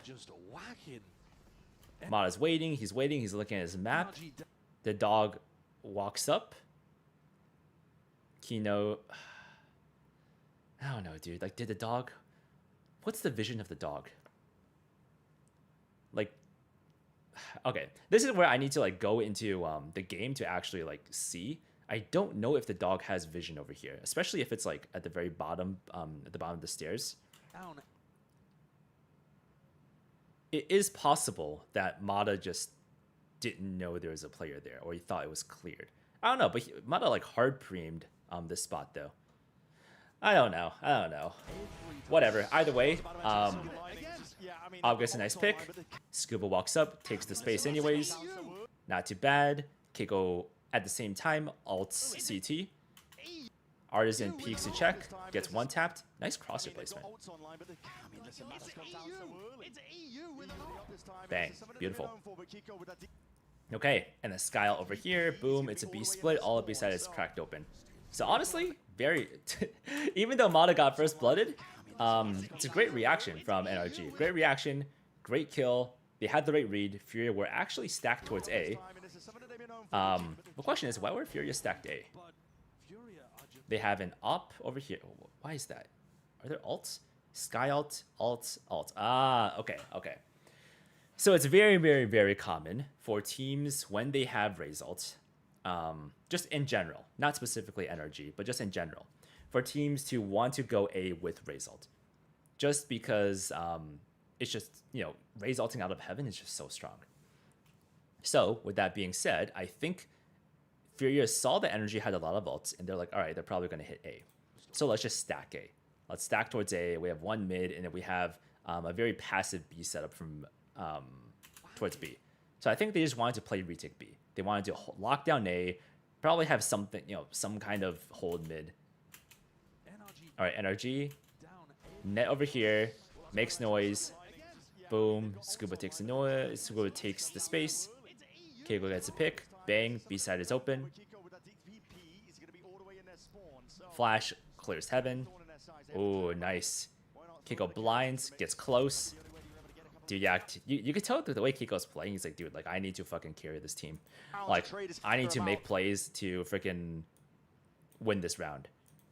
Why not throw a bit of chaos into the mix?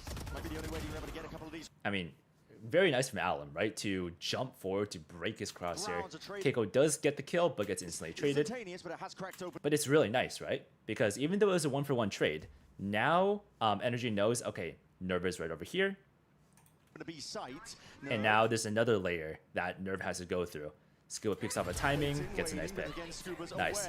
All right, cool. So NRG are now fighting back. They're fighting back. Bang. He was like, Scuba gets one, and boom, nice. Really nice from Scuba. Okay, so huge. So now NRG are mad.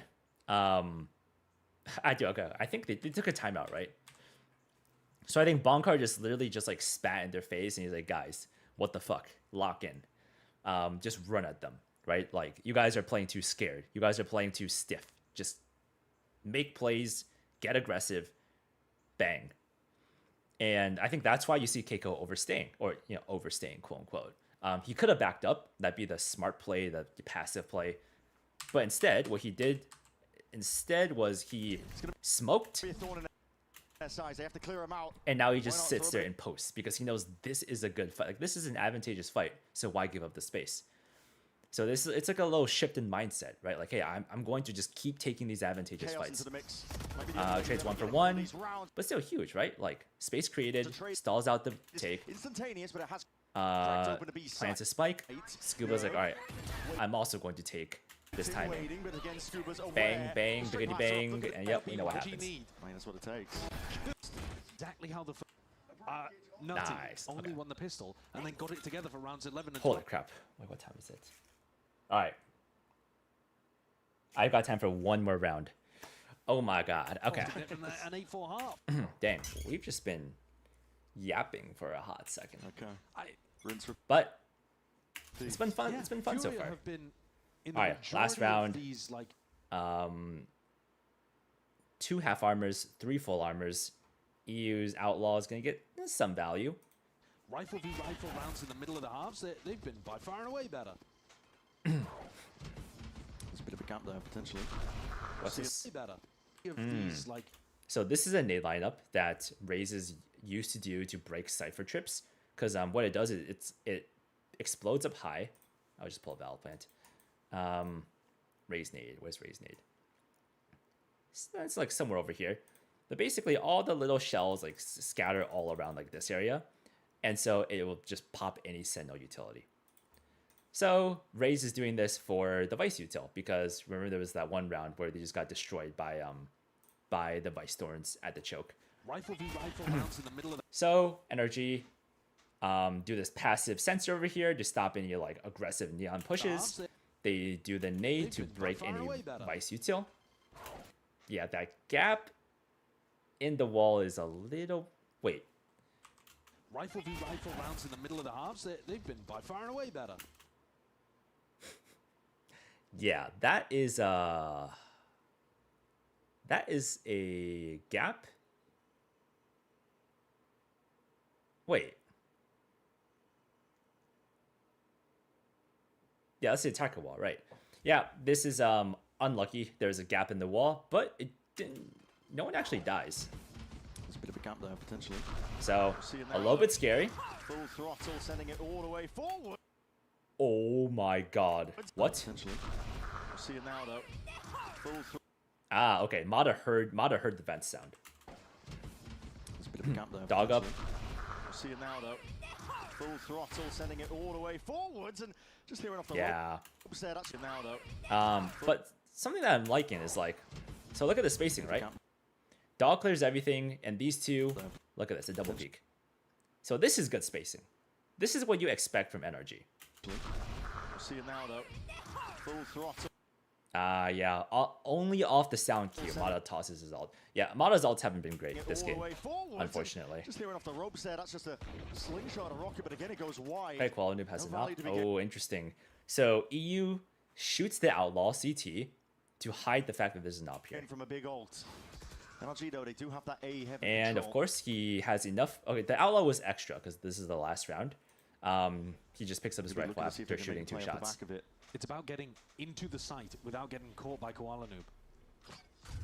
Now Energy pause and Furia, they have a guy up mid, so this is very nice. Koala Noob. Oh, I remember this Reinforce round. the position with Scuba. Ah, Taking yes. the time to pass that boom. Are they going to be aware of this? Doesn't look like it, Ethan. In the util out, Koala Noob into that elbow angle. brutal. Oh, you think you can punish him? The secondary to short. Yeah, Scuba ults because he has to grab the spike. To try and reclaim the spike. And now, they're throwing anything bang. right now at Okay. the wall to see what they can get done. Decay damage kicks in. Alan will be punished because of it. Yeah, that's a bit crazy from Alan. Grab the spike. He's let NRG get back into a Kiko 3v3, is on but the site. time, there's 33 seconds on the clock. Yeah, Kiko does have that control though of the 30 side. seconds Now it's left. fully clear. Let's go. But a decent post plant with decent positioning. The plant itself is not Fight Yeah. optimal. And look at Artisan. Oh my God. Yeah, goes Artisan way no out. Scuba's there. The plant itself is not Spike optimal. planted. And look. Yeah, Artisan walks out. No Scuba's Good here, so he's Artisan. just Oh my locked God, in he's on the way out of angle. It, isn't he? Just holding. I think he knows exactly where Scuba is. Maybe just got an inclination, or maybe even heard just a footstep, and he's just walking out. Could have been a player holding him. He doesn't care. Yeah, quality peeks elbow, Spots the barrel. kills The rest Brock. of his team is covering. Audio appropriate. Yeah, there's a little bit of a gap in the smoke. Angles, and he's just waiting for the rest of the pieces to fall into Bang. place. Again, the post plant play is Yeah, the post way plant. better for Furious. Play covering the footstep. Just hold. I mean, I guess my question is like, Gonna move on. why not just put the trip like over here? Wouldn't that be way better? Like put the trip like literally over here. Why put it over here?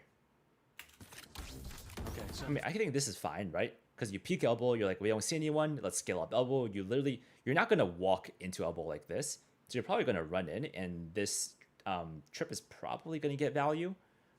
But if that's the case, then do you need to be No pit, peeking this angle? but a decent post plant with decent positioning. It just okay. I don't know. It just feels kind of weird. I don't feel like the strip is that great. Because the person who's playing off it has to be useless, right? I think unfortunately The Brock plant had itself to is like, not- because like okay. Let's look at the trip. Where's Deadlock?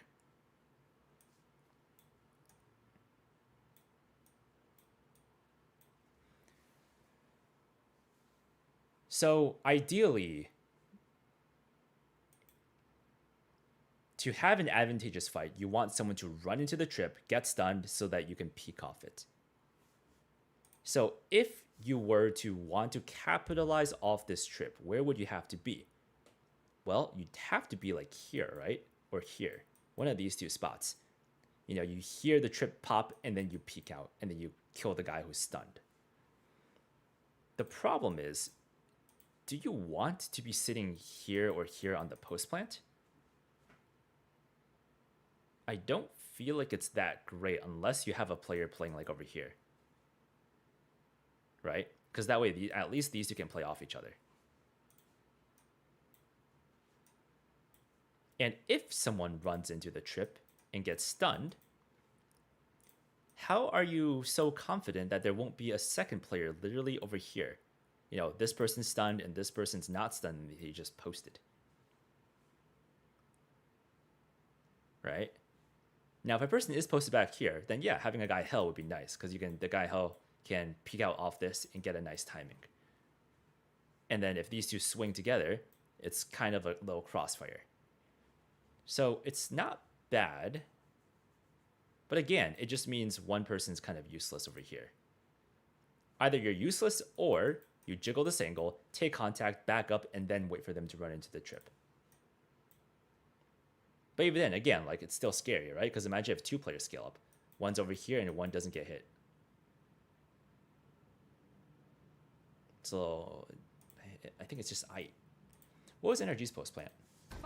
Decent post plant with decent position. So I think this trip, honestly, is probably just to stop the fast flood. The plant itself is not Plant, optimal. okay, now these two are like, all right, we're kind of stuck here. We're stuck here. There's a trip here, and it could, if it triggers on the enemy, like we can't play here too. Good Artisan. Oh my God. Honestly, dude, I think this trip is working against them, because this makes it so that NRG can't. Oops, what the frick? They can't double post like this. Like this isn't an option anymore. Right, because they're gonna get stunned by their own trip, or it's just not gonna get value. But I guess the thing about I'm pretty sure you can pick up the sensors, right? You can pick up the sensors and deploy instantly. So I think as long as Deadlock plants, I think it's Keiko, right? Yeah, yeah, Keiko jiggles. Doesn't spot anything, you know, just jiggling here. Plants down. Deadlock comes over here, grabs this. Now the question is, what's the range? I'm pretty sure the range for which Deadlock can deploy the sensors is pretty far. So I feel like Deadlock could just pick it up, peek out real quick, slap it like over here, and now this feels better. Right? Because now these guys... Okay, now the question is, what is the range from which enemies can hear the sensor? Like if someone's just sitting here, can they hear the sensor over here? That's a big question. Because if they can hear the sensor, then they're probably just going to spam it. Now, of course, NRG could... well, first, they'll probably hear it placed. And can they hear it if they're close? Because also, you know, Keiko could also like spam a little bit as Brock like peeks and, you know, slaps it down. But maybe that's just too much like micro, too much like mini coordination things. Nah, I don't even know. I think that's fine. I do think that is fine. Either way, this trip just feels better. But maybe it's worse if they can hear it. I don't know. The post plan just feels very, very awkward, right? Because Artisan's able to lurk out. No one's holding elbow, right? So this guy literally just walks out. Scuba's holding this wall. Does anyone have his heaven? I think so. I think someone's dead commenting for Keiko to be like, hey, Keiko, can you jiggle out the Raptors walkout? So Keiko's jiggling the Raptors walkout. Just holding. I think he knows exactly where Scuba is. Brock is jiggling elbow, I think. Maybe even. So it's not bad. It's not bad, right? Scuba's holding a main, Keiko's holding the Raptors walkout, and Brock is jiggling the CT walkout. But the problem is Artisan got this timing. Heard just a footstep, and he's just walking out. Could have been a play. Yeah, Artisan got this timing. Qualanu peeks, gets a nice kill on Brock, catches him on the jiggle. The rest of his team is... And now Keiko's like, huh, okay, well, now it's a little bit sus. So Keiko wanted to smoke off a main for Scuba. Does this weird smoke so that it gives Scuba a little bit of space to play around. Gives them more options. However, Scuba did not realize that Artisan is literally already out and just gets insta-killed. And I believe Keiko got blinded. Yeah, he got blinded, and now he's like, shoot, what do I do? And then Artisan gets two. Okay. So it was just the timing. It was just Artisan's timing that won them the round. And Qualanu getting a nice kill with the op at the very start. And maybe that could be expected. You were saying Fury are an amazing team on split, but you know, the compositions have changed up completely. Yeah. NRG are normally so resilient, so good at coming back. He's like, no. Games is that a rough one? Okay. All right. Dang. So overall, you know, Furia looking good. Furia is looking good. Now the question is, going into the season, can NRG fix their mistakes? So I think first of all, they just have to tighten up their fundamentals because it's clearly there. They have to be, in my opinion, they have to be more willing to just fight scrappy. Sometimes it feels like their plays have a bit of hesitation because they're trying to like toss util and like, you know, play it systematically and everything. So they need a little bit of that, like a little bit of that chaos there. And we can also talk about their comps. I think they might need to relook at their comps a little bit. I'm thinking back to like Pearl, because personally, dude, of the few Pearl matches I watched, I love seeing Phoenix on Pearl. But last time, NRG still ran this comp, and with the Waylay nerfs especially, it's like, I don't know, man. You why not just run Neon? Like, times have changed. You know, Waylay got nerfed. The way she plays is very, very different now. So, I don't know. I mean, dude, at least Qualanu and Alum looked very, very oppressive on Pearl with this comp. So, I don't know. Overall, fun game.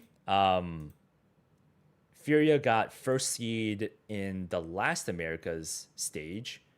So we're going to see if they can do it again. But actually, it's going to be tough because Crew is back, and they're looking very good too. So I am kind of curious. And I haven't seen 100 Thieves yet, but there I 1-0. Might need to look at 100 Thieves too. I got to catch up on the games. But all right, guys, that's enough yapping for me. If you guys are still here, hopefully this has been interesting. Just hearing me stress out about this game. Yeah, it's been fun. We're going to end the stream here, but thank you guys again for watching. If you guys want to see, more of this, make sure to, actually, two things you can do. One, you can make sure you're subscribed to the channel and everything. Of course, follow my Twitch because there's probably going to be streams over there. But also, we do breakdowns like this in Solve Academy, my private community, where I do weekly events, weekly VOD reviews to help you guys get better. And yeah, if you're interested, feel free to join us. We'd love to have you as a member. All right, guys, thank you again. I'll see you in the next stream.